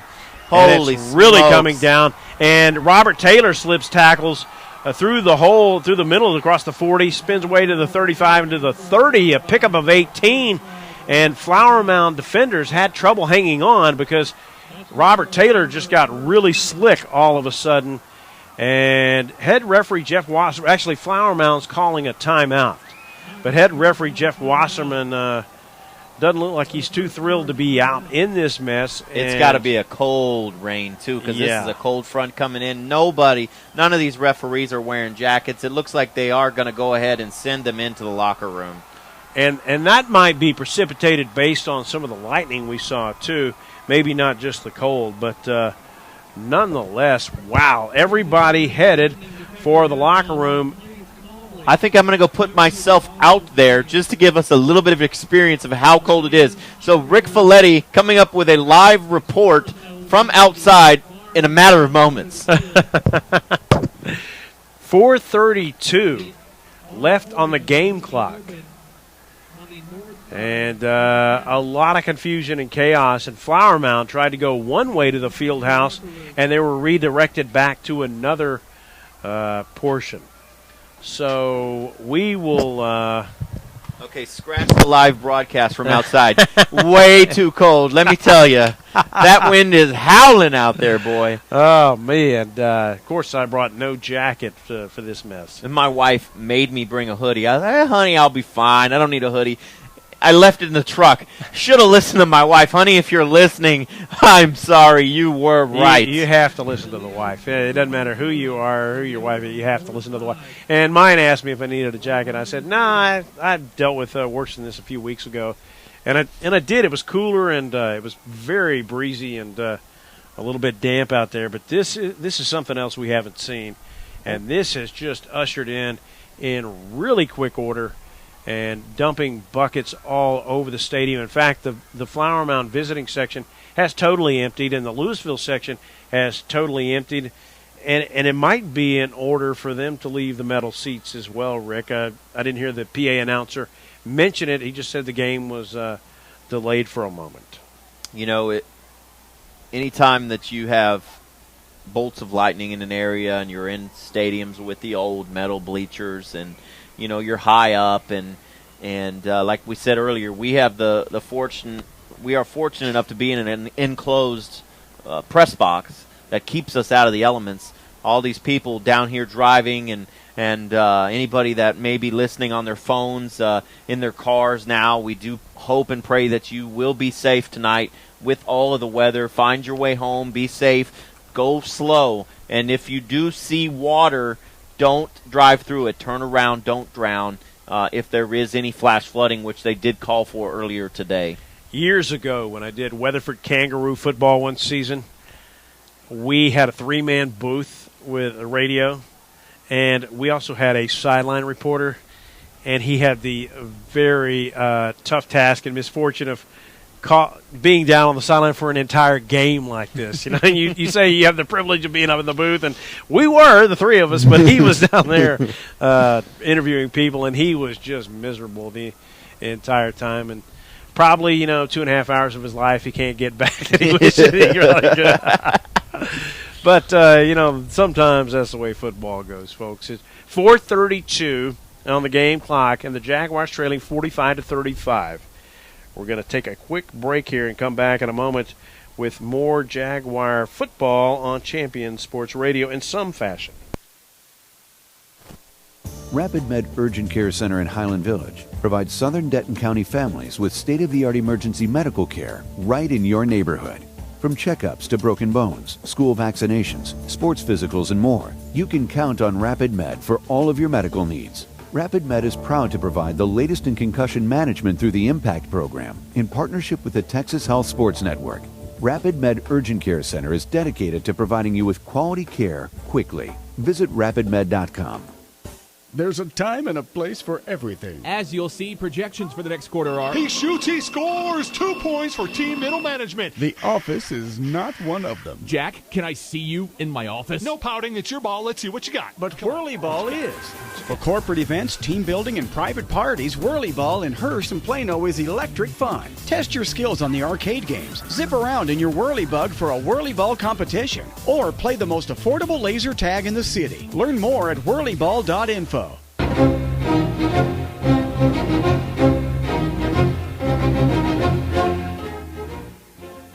Back here at Max Goldsmith Stadium in Lewisville, where it's 4:32 and we're in the midst of a lightning delay. We'll take a quick break and come back in a moment with more Jaguar football on Champion Sports Radio. Hazel? Looking for a power drink for some energy boost for my marketing? I'm dragging. You know, I saw your marketing tools, your website, brochures. Remember, there's no energy drink or blue pill for business growth. You need a good marketing boost. Call Jeff at mbstoday.com. They will get you straightened out. Go online at mbstoday.com or call toll-free 1-855-224-2537, extension 103. In Command Broadcasting, a sports TV broadcasting and marketing company. In Command Broadcasting provides a wide array of turnkey video production and streaming services. In Command services include filming of sporting events, season highlights, school graduations, corporate infomercials, and documentaries. In Command streams your sporting event or company function over the internet live or on demand. Call 972-851-7888 to raise the energy of your next event. In Command Broadcasting, 972-851-7888.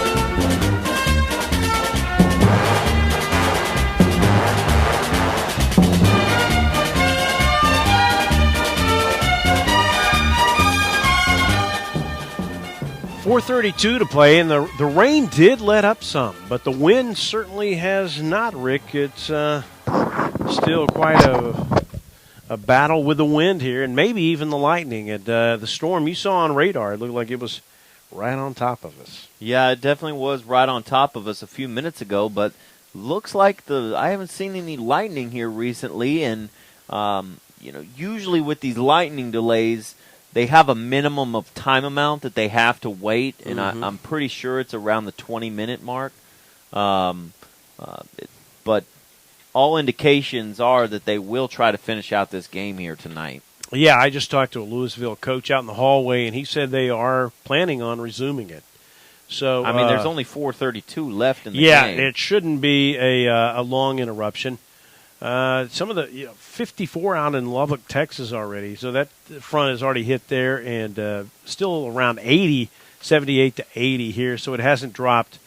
It has dropped some, but it hasn't dropped a ton, despite some of this rain and the heavy wind blowing in. Well, I'll tell you, it has dropped pretty much in this press box, boy. I'll tell you what, it's kind of cold in here. Definitely is. 4:32 left. We'll take a break and come back in a moment and try to get you caught up on some of the scores from around the area.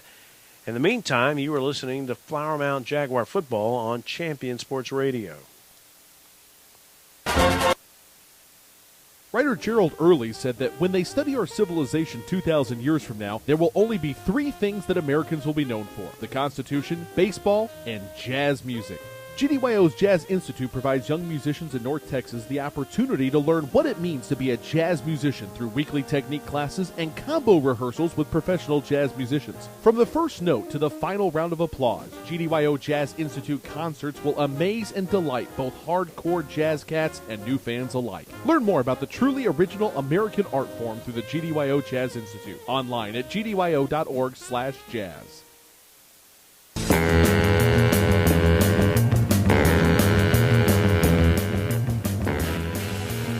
4:32 here in the midst of a rain delay, and I see lightning again, and I see rain coming down again.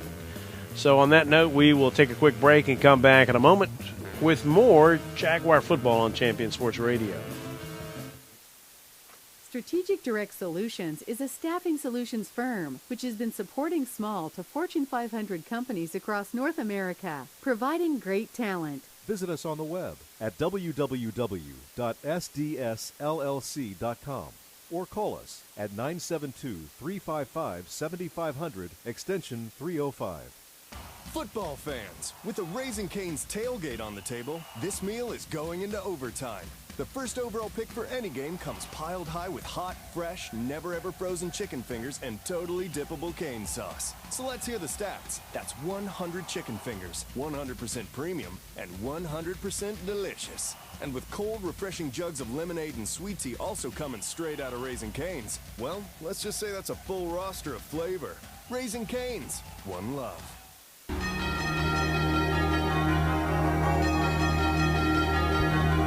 Back at Max Goldsmith Stadium here in the midst of a weather delay. But we've got some scores to give you here. Rick, you want to pass them along to the folks there listening? Yeah, absolutely. We can go ahead and get those updates going for you. Cedar Hill again against Duncanville, all over. Cedar Hill's all over Duncanville, 45-24. That's a little bit of a surprise. I expected that one to be a little bit of a closer game. Well, Cedar Hill blasted Capel about 3 weeks ago, 61-34. So, and Capel is no slouch at all. And those folks are not used to even hearing their team give up over 30, let alone 60. Right. Well, and then we also have Mesquite Poteet on top of Forney, 41-31 late in the fourth. Again, we're in a rain delay here, so you know about that one. Ennis on top of White House, 29-14 late in the fourth quarter. Prestonwood Christian over Bishop Dunn. Bishop Dunn on top of Prestonwood Christian, 49-35. Mesquite and Richardson Pierce playing one out. A big, high-scoring game. Pierce on top, 51-41. Lancaster all over Red Oak, 62-7 in the late in the fourth quarter. Bridgeport on top of Crum, 24-6, as lightning flashes again here at the stadium. Ooh, and we got a tight game late in the fourth quarter at Lake Highlands and Richardson, 38-38. That one all tied up late in the fourth quarter. Flower Mound Marcus and Plano West late in the fourth quarter. Plano West on top, 47-32 on that one. Wow. And here we go again, Mesquite Horde and Highland Park. Highland Park roaring back after trailing, but it still is 35-27. Horn on top there in that one. And finally, Arlington Bowie is on top of North Crowley in the fourth quarter, 35-21. So a lot of action tonight we see here, and some of that out of 6-6A and like the Plano West Flower Mound Marcus game, and some of the others out of 6-6A. And, Allen was taking on Hebron, and try to get you an update on some of those other ones, too, here in just a little bit. They may have concluded their games as this one got delayed here with just 4:32 left. It looks like they could that lightning flash up there was really dangerous looking. Plano knocked off Plano East 34-6, and Allen ended up blowing out Hebron 44-10. And meanwhile, this one and the Plano West, the Marcus game, both probably being delayed as they are both in the fourth quarter still. This one even started a little bit late, maybe about 10 minutes late. Last week we had the same thing happen back at Flower Mound for the Mound Showdown as an ambulance came out on the track, and I think they had to take a fan to the hospital maybe that maybe collapsed or had exhaustion or something, and then they started that one about 10 or 15 minutes late, and this one tonight too. Well, we're sitting here waiting for the game to come back. 4:32 left in the game. It's already 10:30, and you got to think that at some point they're going to have to get out here and play this game and get it over with just the 4:32 left. But then you got to weigh student safety, player safety, and fan safety at that point. So tough call here. As you look at the radar, the rain and the lightning doesn't look like it's going to let up according to the radar. So it's going to be tough. I mean, what would normally happen in that case if would they just sit here all night and wait, or not too often? They won't push it too late. They would probably call it, or if they give it about an hour, sometimes they resume the game the next day. But with only 4.5 minutes, it's a pretty close score actually, and Lewisville has the ball. But sometimes they'll resume the game the next morning, say 9 or 10 a.m., and then sometimes they'll try to wait it out. And some games don't finish till like midnight or after, and we don't know if this one could go that late. But the coach I talked to in the hallway said they are going to try and resume it. I don't know if it probably wouldn't be too palatable for the Jaguars to have it called when they're trailing. Lewisville, of course, wouldn't mind it one bit, I'm sure.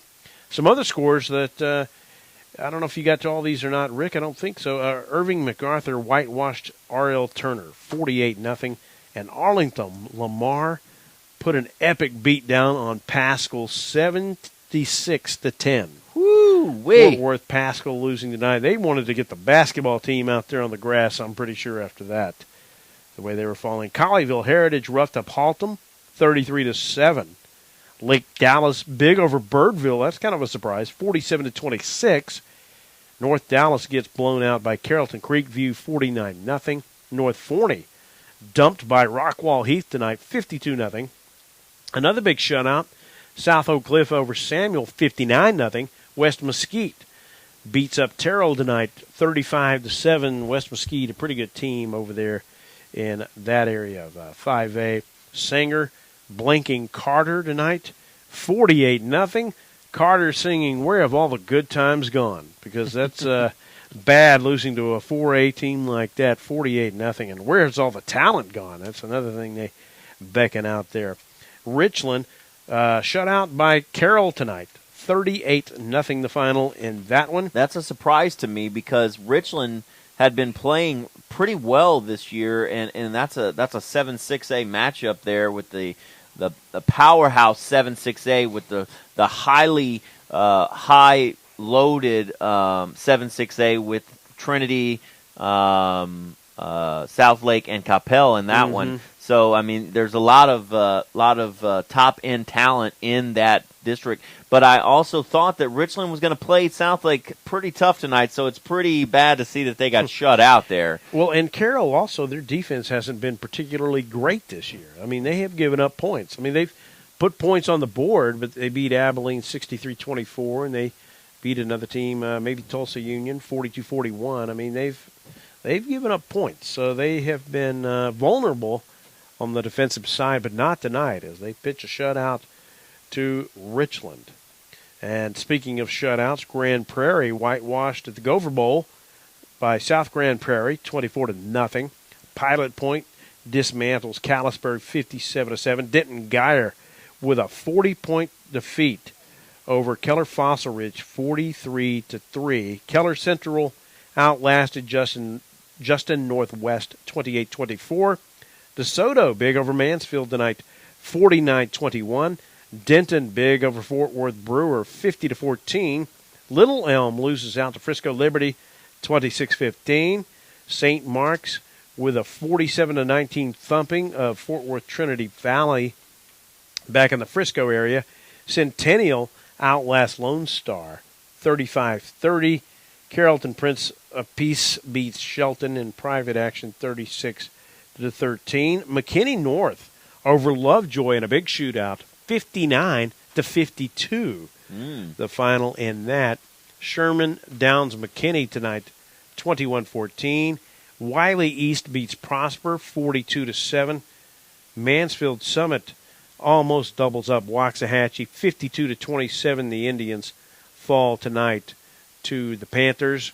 Aubrey blanks Bonham, 34-0. Mansfield Timberview quadruples up Mansfield Lake Ridge, 56-14. Sulphur Springs beats Greenville, 50-33. Arlington Pantego Christian beats Grace Prep, 42-19. And Amarillo San Jacinto falls to Colleyville Covenant, 55-12. Elsewhere, North Mesquite over Berkner, 28-22. I think that was done last night. W.T. White beats up Sunset, 57-7.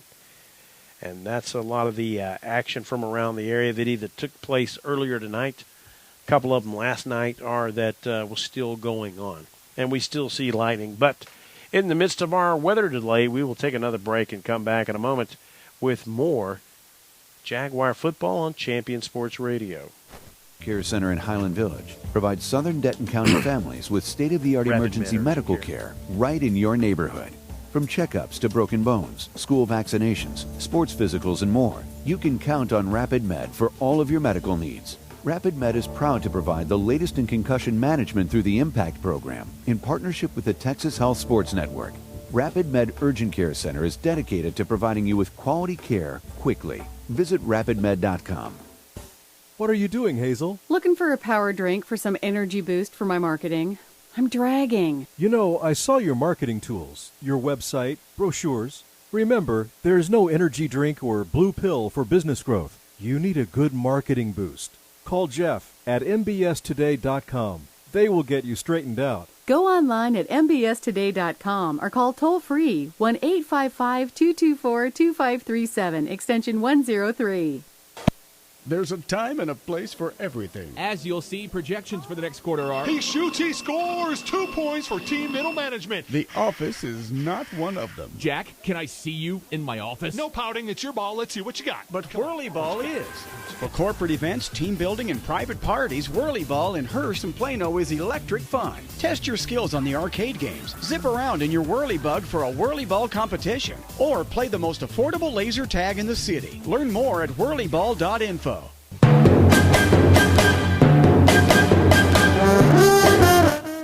4:32 left. Still in the midst of a delay. We'll take a break again and come back in a moment. Get you caught up on other stuff. You're listening to Jaguar Football on Champion Sports Radio. Stay up on all the latest news about the teams you care about and know when your favorite games are on the air thanks to Champion Sports Radio social media. Either follow at Champion Sports on Twitter or like our Facebook page at facebook.com/Champion Sports Radio, and you will know what time your game starts, who was named Player of the Week, or what your school's alumni are doing in college. That's on Twitter at Champion Sports and facebook.com/Champion Sports Radio, your home for championship social media. In Command Broadcasting, a sports TV broadcasting and marketing company. In Command Broadcasting provides a wide array of turnkey video production and streaming services. In Command services include filming of sporting events, season highlights, school graduations, corporate infomercials, and documentaries. In Command streams your sporting event or company function over the internet live or on demand. Call 972-851-7888 to raise the energy of your next event. In Command Broadcasting, 972-851-7888. Writer Gerald Early said that when they study our civilization 2,000 years from now, there will only be 3 things that Americans will be known for: the Constitution, baseball, and jazz music.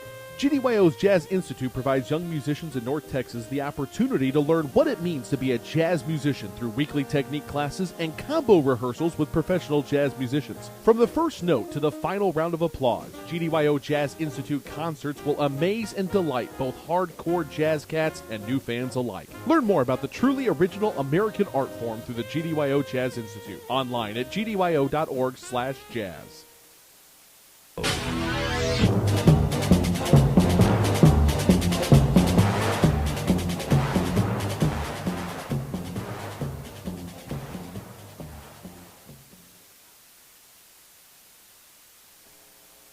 This broadcast is under the direction and is copywritten by Champion Sports Radio. Any rebroadcast, retransmission, or use of the audio stream, and any and all other use of the accounts of this broadcast without the direct written consent and permission of Champion Sports Radio is strictly prohibited. All rights are reserved by Champion Sports Radio and ChampionSportsRadio.com. This is a presentation of Champion Sports Radio, your home for championship broadcasts.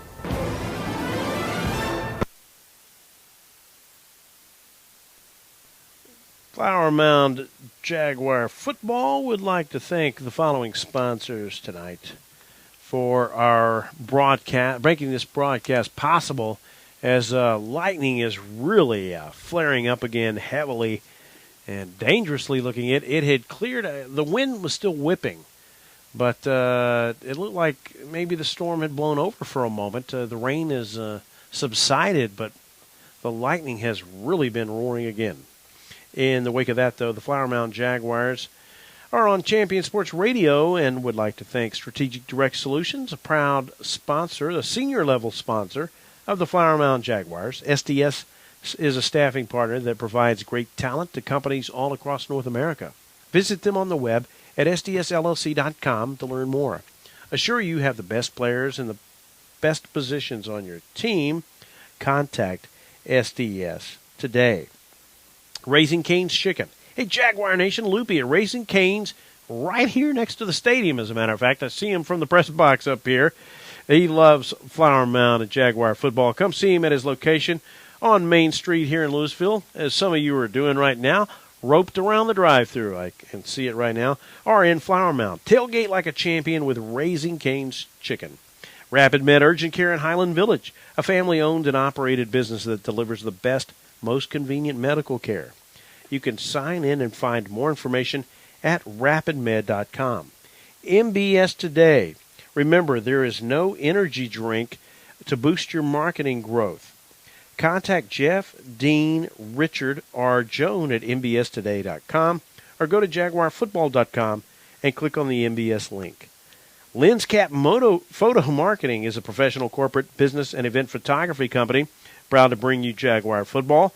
They provide a visual history of your event through high-quality images. Remember, when planning that special event, hire the photographer you need to get the pictures you want. For more information, please check their ad in the Jaguar football program at home games or visit them online at lenscapmarketing.com, that is. Whirly Ball, with 2 locations to serve you, Plano and Hurst. Leagues are forming right now, so visit them online at whirlyball.info. And In Command Broadcasting, a sports TV broadcasting and marketing company.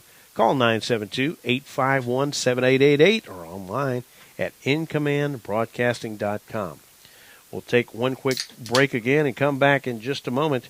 You're listening to Champion Sports Radio's presentation of Flower Mound Jaguar football.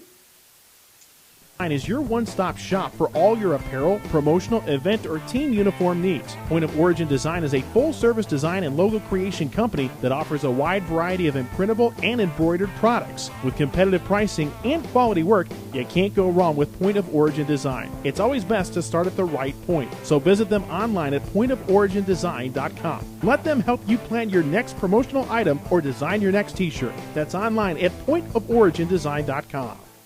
Writer Gerald Early said that when they study our civilization 2,000 years from now, there will only be 3 things that Americans will be known for: the Constitution, baseball, and jazz music. GDYO's Jazz Institute provides young musicians in North Texas the opportunity to learn what it means to be a jazz musician through weekly technique classes and combo rehearsals with professional jazz musicians. From the first note to the final round of applause, GDYO Jazz Institute concerts will amaze and delight both hardcore jazz cats and new fans alike. Learn more about the truly original American art form through the GDYO Jazz Institute online at gdyo.org/jazz.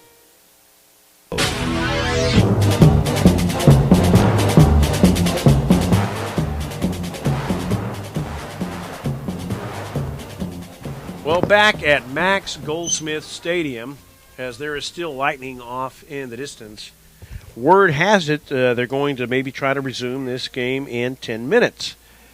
It is 10:45 now as we speak, and they are cleaning up the field and getting things off the field, carts and other objects, and cleaning up the stands right now. Not sure how many people would come back into the stadium. Most of the people have gone to their cars, are under the stadium, or some kind of safe haven, as lightning is really dangerously close. And part of the reason, well, actually, as I say that, they're taking the field again at the 4:32 mark, so they'll get warmed up some and come back out here and I guess try to get going again. But, you know, Rick, lightning was not very far away. I mean, I don't see what the difference is now versus what it was 30 minutes ago. I mean, there's lightning there. I just saw a lightning bolt. What did we see? 5 minutes ago that looked like it was a mile away. That was just a huge bright bolt. You know, and another thing you got to think about after that long rest is these players are tight. Their muscles are not loose anymore. It's cold out there. And gentlemen who can hear this announcement, the all clear has been given. The players are back out on the field. Well, you hear that. You hear our public address announcer mention that the all clear is given. Warm back up before the game will begin or resume.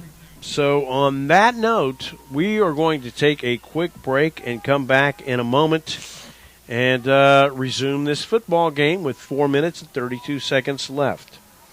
You are listening to Champion Sports Radio's presentation of Flower Mound Jaguar football.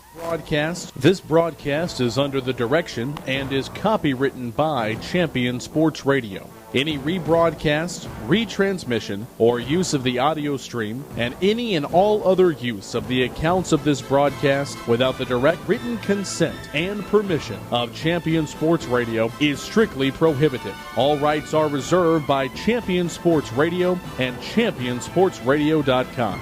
This is a presentation of Champion Sports Radio, your home for championship broadcasts.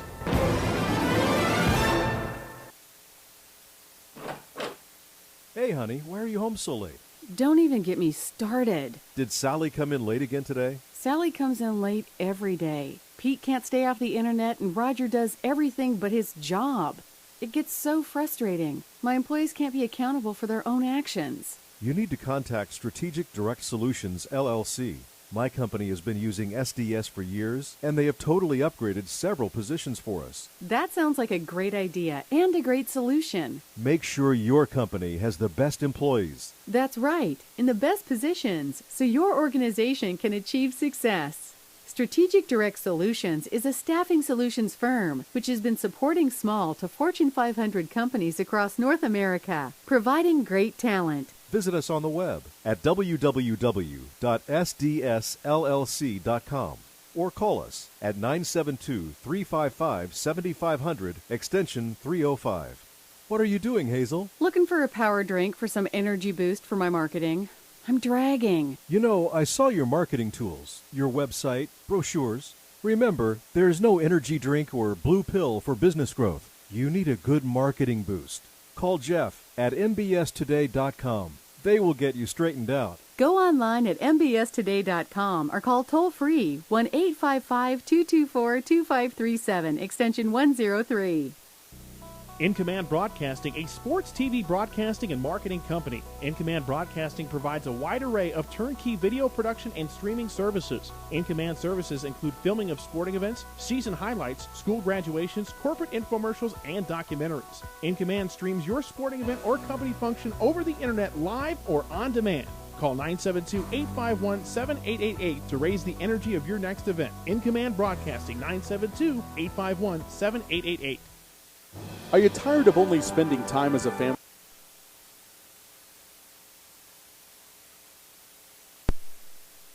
On the TV? Would you like to enjoy some culture with your loved ones without breaking the bank? Then let me introduce you to the Greater Dallas Youth Orchestra. The GDYO provides music education and performance opportunities for musically talented youth, but this is no kids' concert.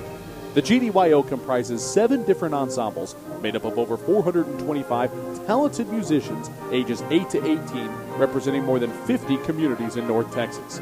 You won't believe how amazing these ensembles sound until you hear it for yourself.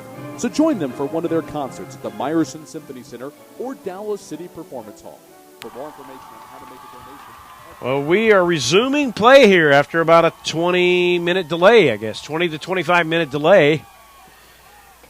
4:32 left in this contest. Well, we thought we were, but for some reason coaches are halfway onto the field. And coaches and players make up the bulk of what's back in the stadium. You can hear the cheerleaders cheering down there. And for Lewisville on the home side of the stadium. And then there's 100 or so fans left as Villarreal fakes the handoff into the line, breaks a tackle, but doesn't break the next 2 tacklers. Darrell Rutherford and Robert Darnell converge to team up and make the stop on him. And, you know, maybe they got their hands dried, Rick, in the locker room during that long break because they had trouble, with the tailback Robert Taylor on an 18-yard gain right before that. And that time they held Villarreal to 2 as the rain has largely subsided. There is a break in the rain right now. I don't know. Did they take the flags down? Looks like they did take the flags off of the stands down. They did. But, yeah, it's kind of a break right now. It's kind of like the eye of a hurricane. We're right in the middle of the storms on each side of us trying to get this game in. They give to Robert Taylor, and this time there's no slippery hands. 3 Jaguars team up to bring him down. Chandler Clatterbaugh comes up from his safety spot to help Tyson Spencer, and Aaron Notches put the grasp on Taylor, and he gets a 1-yard gain. So they have held the Farmers to a 2-yard gain and a 1-yard gain in successive plays. And they don't look in too much of a hurry to get that snap off. They are going to take all of the play clock. You know it. Flower Mound with 8 in the box. 2 safeties back there. Not too deep, though. 2 wideouts to the left. Ball between the hash marks. Lewisville clinging to a 10-point lead. Villarreal keeps, has a hole up the middle, breaks a tackle to the 22-20, and all the way to the 15. He does have a first down there. He did break some tackles, lowered his shoulder, and got 12. So it was 3rd and 7. The Jaguars needed to make a big stop there to have a chance to hold them to a field goal or maybe even hold them from getting another first down. And they couldn't quite do it on that play. Villarreal in the shotgun at the 15. Keeps into the middle of the line and fights forward for about a yard or two. Oh, the Flower Mound's going to call a timeout here. And yeah, they are, with 2:38 left to play. So we will take a quick break with them, too, and come back in a moment with more Jaguar football on Champion Sports Radio. Writer Gerald Early said that when they study our civilization 2,000 years from now, there will only be 3 things that Americans will be known for: the Constitution, baseball, and jazz music. GDYO's Jazz Institute provides young musicians in North Texas the opportunity to learn what it means to be a jazz musician through weekly technique classes and combo rehearsals with professional jazz musicians. From the first note to the final round of applause, GDYO Jazz Institute concerts will amaze and delight both hardcore jazz cats and new fans alike. Learn more about the truly original American art form through the GDYO Jazz Institute, online at gdyo.org/jazz.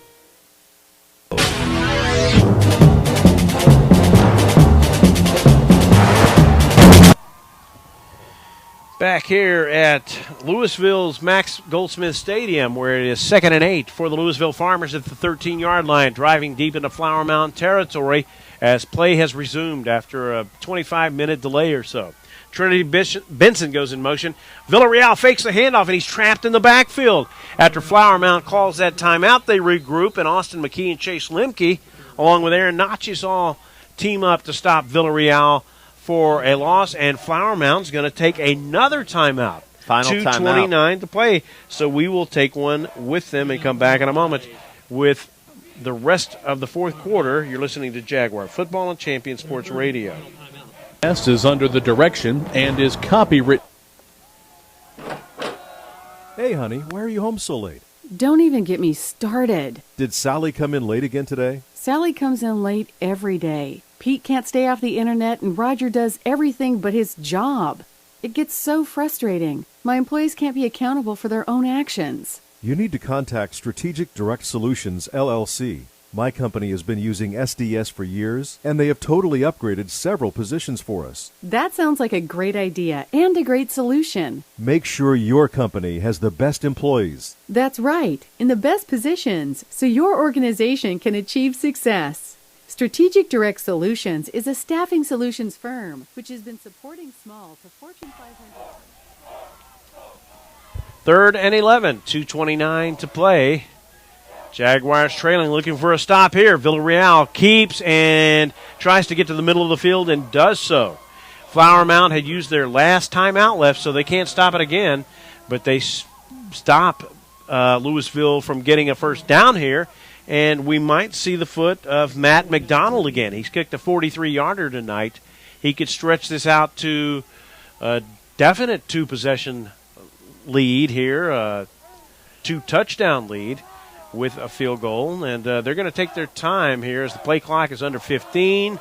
They'll probably call a timeout. Lightning still flashing around, and well, they may. You know, they might just do that. They're taking their time here.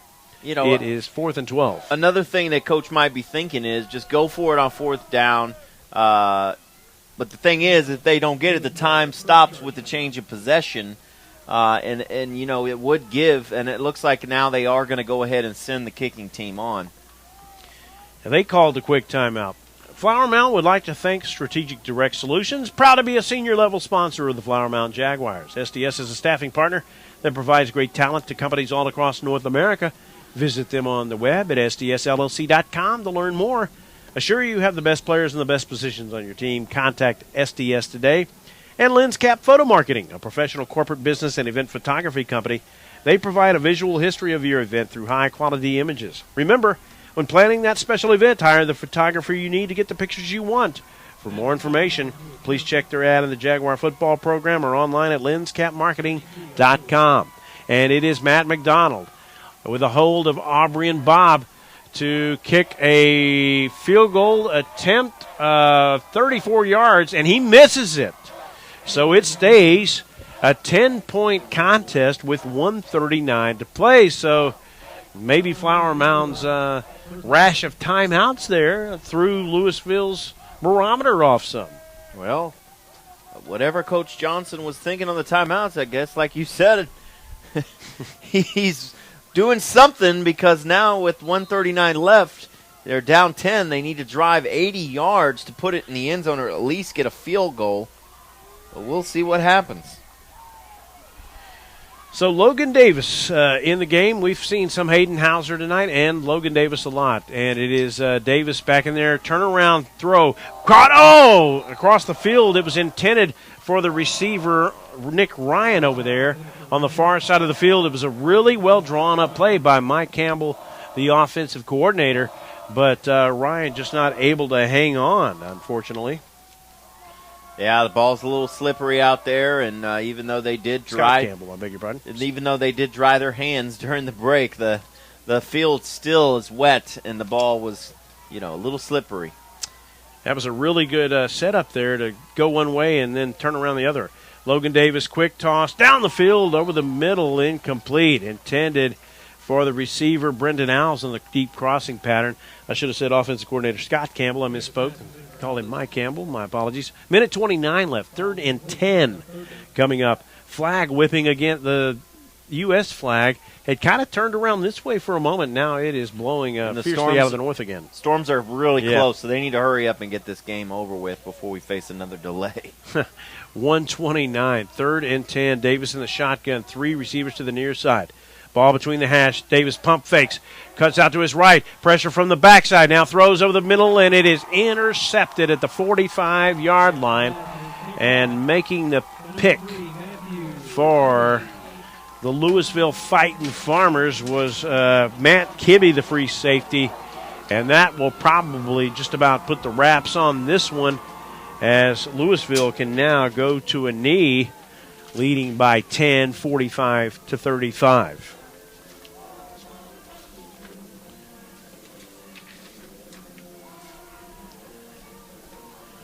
We thank you for listening in. We apologize for some of the technical difficulties we had tonight. Some things are unavoidable sometimes, but we appreciate you sticking with us through it all and through the weather delay as well. Fly sweep coming to Trinity Benson, and he gets not much there. Chandler Clatterball, who's had a busy night tonight, making about his 7th tackle on the night. Some people say it's bad when the safeties are making tackles, but the thing is, he is racing up to the line and getting them within about 2 to 3 yards of the line of scrimmage. Clatterball is one of those guys that you just love to have on your team. He's got a lot of heart. I mean, here it is. The game's almost over, and he's still playing hard. Yeah, and racing up to the line, giving it all. I mean, he starts about 9 yards back, and then he comes up there to run support, does a tremendous job. 2nd and 8 after a 2-yard gain. Trinity Benson. They fake the fly sweep, and they're going deep to pass, and it is caught. Kind of an odd play, or is it incomplete? Not wondering why they're throwing the ball. They got the game won. Why would they risk injuring a player? And look, they did him. He did injure himself. Yeah, sure enough. This is a. I'm sorry, but this lines up with the stupid call by the Lewisville coach. Why would Tyrell you risk? Shavers is limping off the field. He turned an ankle badly, and he caught the pass. But wow, I mean, what is the point of that, Barry?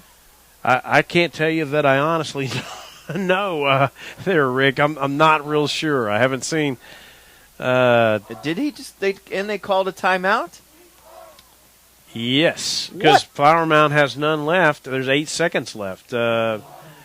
This is odd. I say this would be the last play of the game, but I've seen some strange things tonight. 8 seconds left, 45-35. I don't know that they'd be trying to get a particular player the ball for some reason. I have no idea what is going on with these last set of plays we've seen. I'm not really sure. Tyrell Shavers had a touchdown tonight for the Farmers. He's obviously a huge part of the offense for the Fighting Farmers. And here it is. You're in a victory formation. You've got the game won. You're up by 10. There's approximately 35 seconds left in the game. And you throw a pass down the field to one of your best receivers, and he gets injured. Yeah, that's a questionable call. I mean, questionable is giving him a little bit of credit. It's an absolute horrid call. Well, nonetheless, that's one they have to worry about on the Lewisville side I guess. Pistol formation, and they're going to throw again. Presumably, and he's throwing toward the end zone. It was going to be caught for a touchdown with 1 second left, and then the last second goes ahead and ticks off. So maybe they were just wanting some practice, and I'm not really sure. And then they heard another player. Did you see number 85? What's his name again? Cameron Creal. Yeah, he comes up holding his arm on the play. So 2 receivers injured in 2 consecutive plays when they have the game won. For whatever reason, coach decides to throw it and injures 2 players in 2 consecutive plays. Well, on that note, we will take a break and come back here with the rest of the post-game show and have the post-game show here in a moment here on Champion Sports Radio. You're listening to Jaguar Football.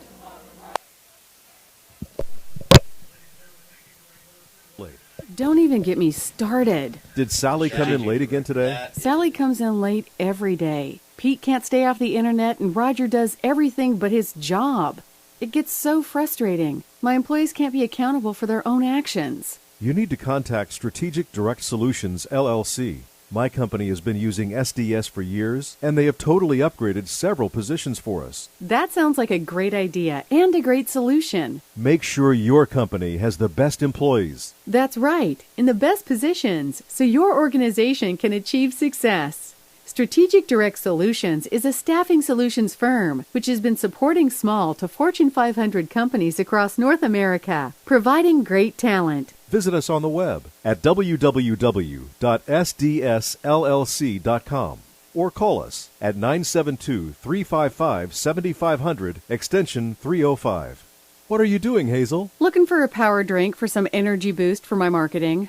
I'm dragging. You know, I saw your marketing tools, your website, brochures. Remember, there's no energy drink or blue pill for business growth. You need a good marketing boost. Call Jeff at mbstoday.com. They will get you straightened out. Go online at 55224-2537, extension 103.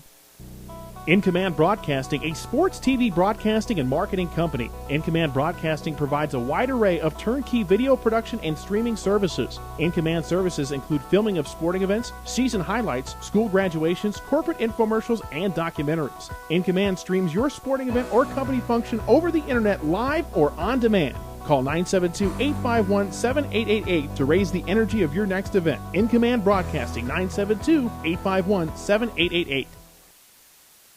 Only spending time as a family huddled around the TV? Would you like to enjoy some culture with your loved ones without breaking the bank? Then let me introduce you to the Greater Dallas Youth Orchestra. The GDYO provides music education and performance opportunities for musically talented youth, but this is no kids' concert.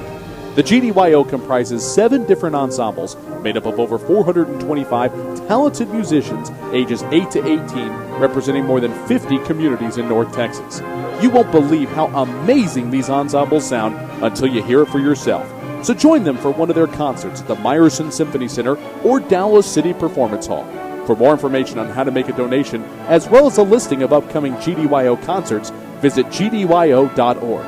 And if you know a talented young musician interested in an unbelievable experience, auditions take place in the spring. Connect with the Greater Dallas Youth Orchestra on Facebook, Twitter, LinkedIn, and at gdyo.org.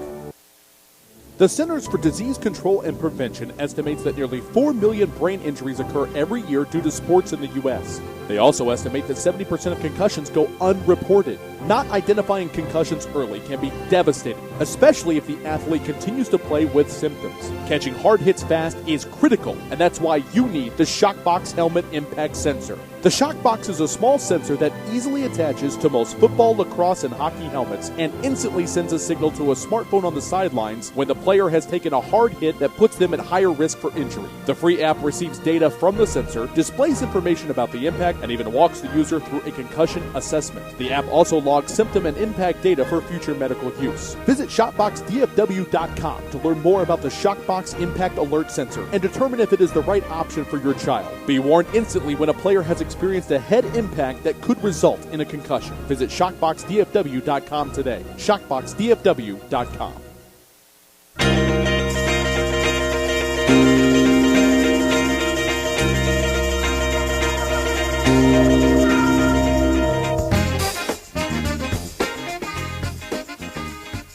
Well, the teams were trying to pick up the pieces there after a long weather delay break there, Rick. They both came out on the field and pretty much played spirited, and then in the case of Lewisville, treated it like a practice kind of, I guess. I don't know. They kind of kept throwing late in the game.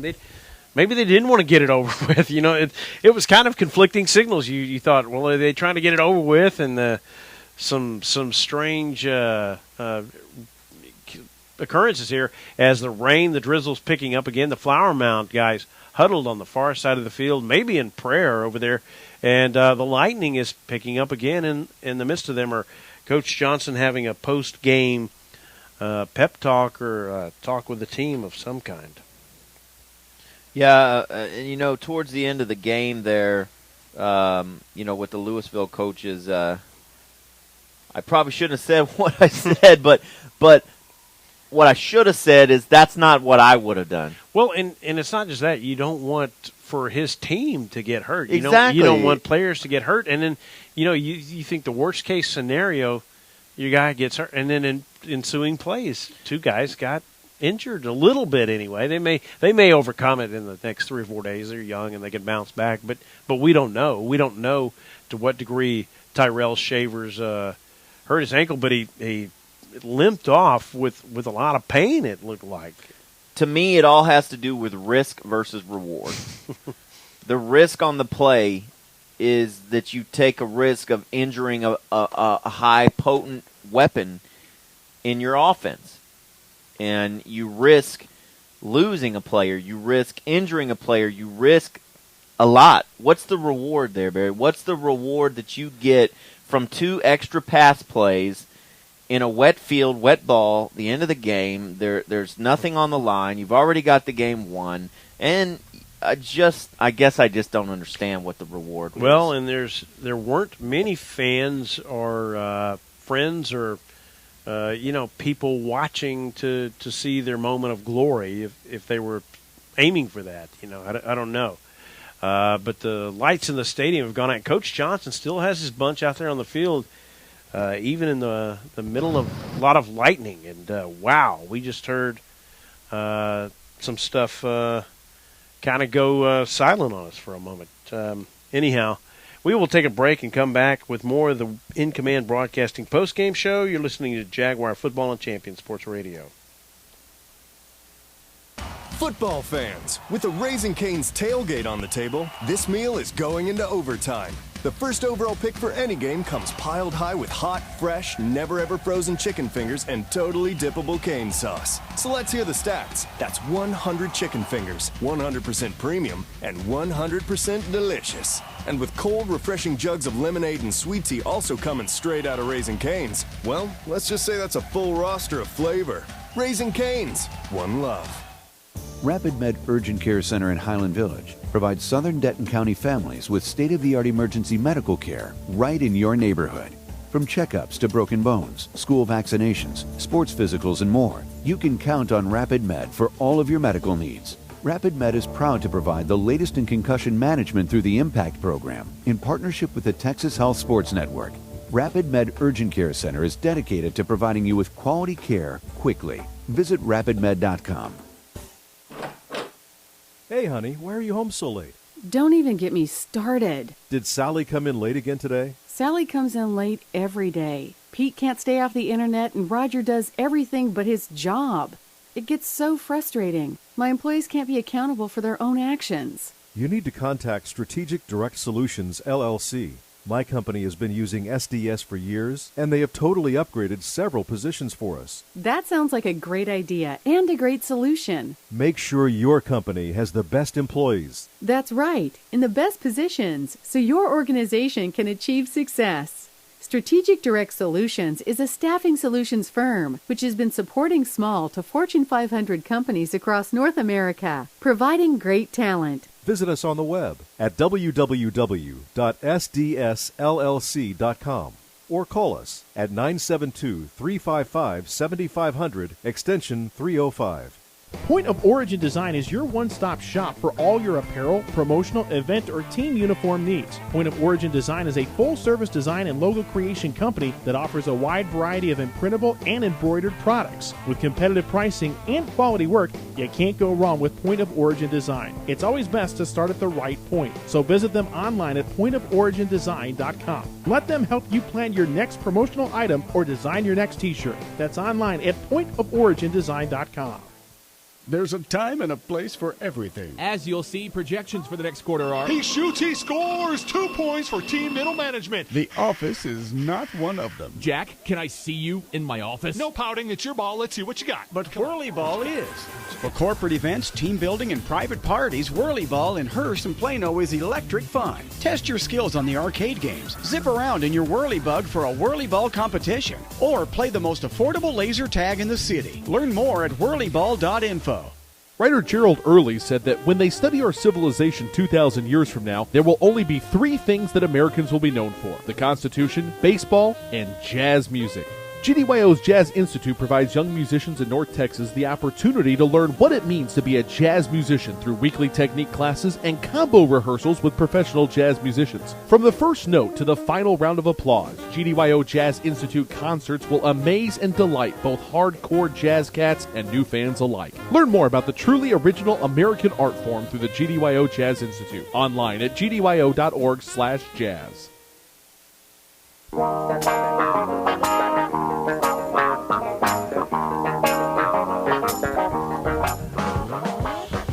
Back at Max Goldsmith Stadium, wrapping this one up into the late hours of the night. Barry Probst and Rick Folletti with you here this evening as Flower Mound falls by a score of 45-35. Had about a nearly half-hour delay due to lightning and rain in the area, and not just rain, but lightning really, and the winds were just whipping like crazy. They still are pretty strong, but Rick will give you the totals here of the game, and even though it was a Flower Mound shortcoming, 45-35, how'd they do statistically?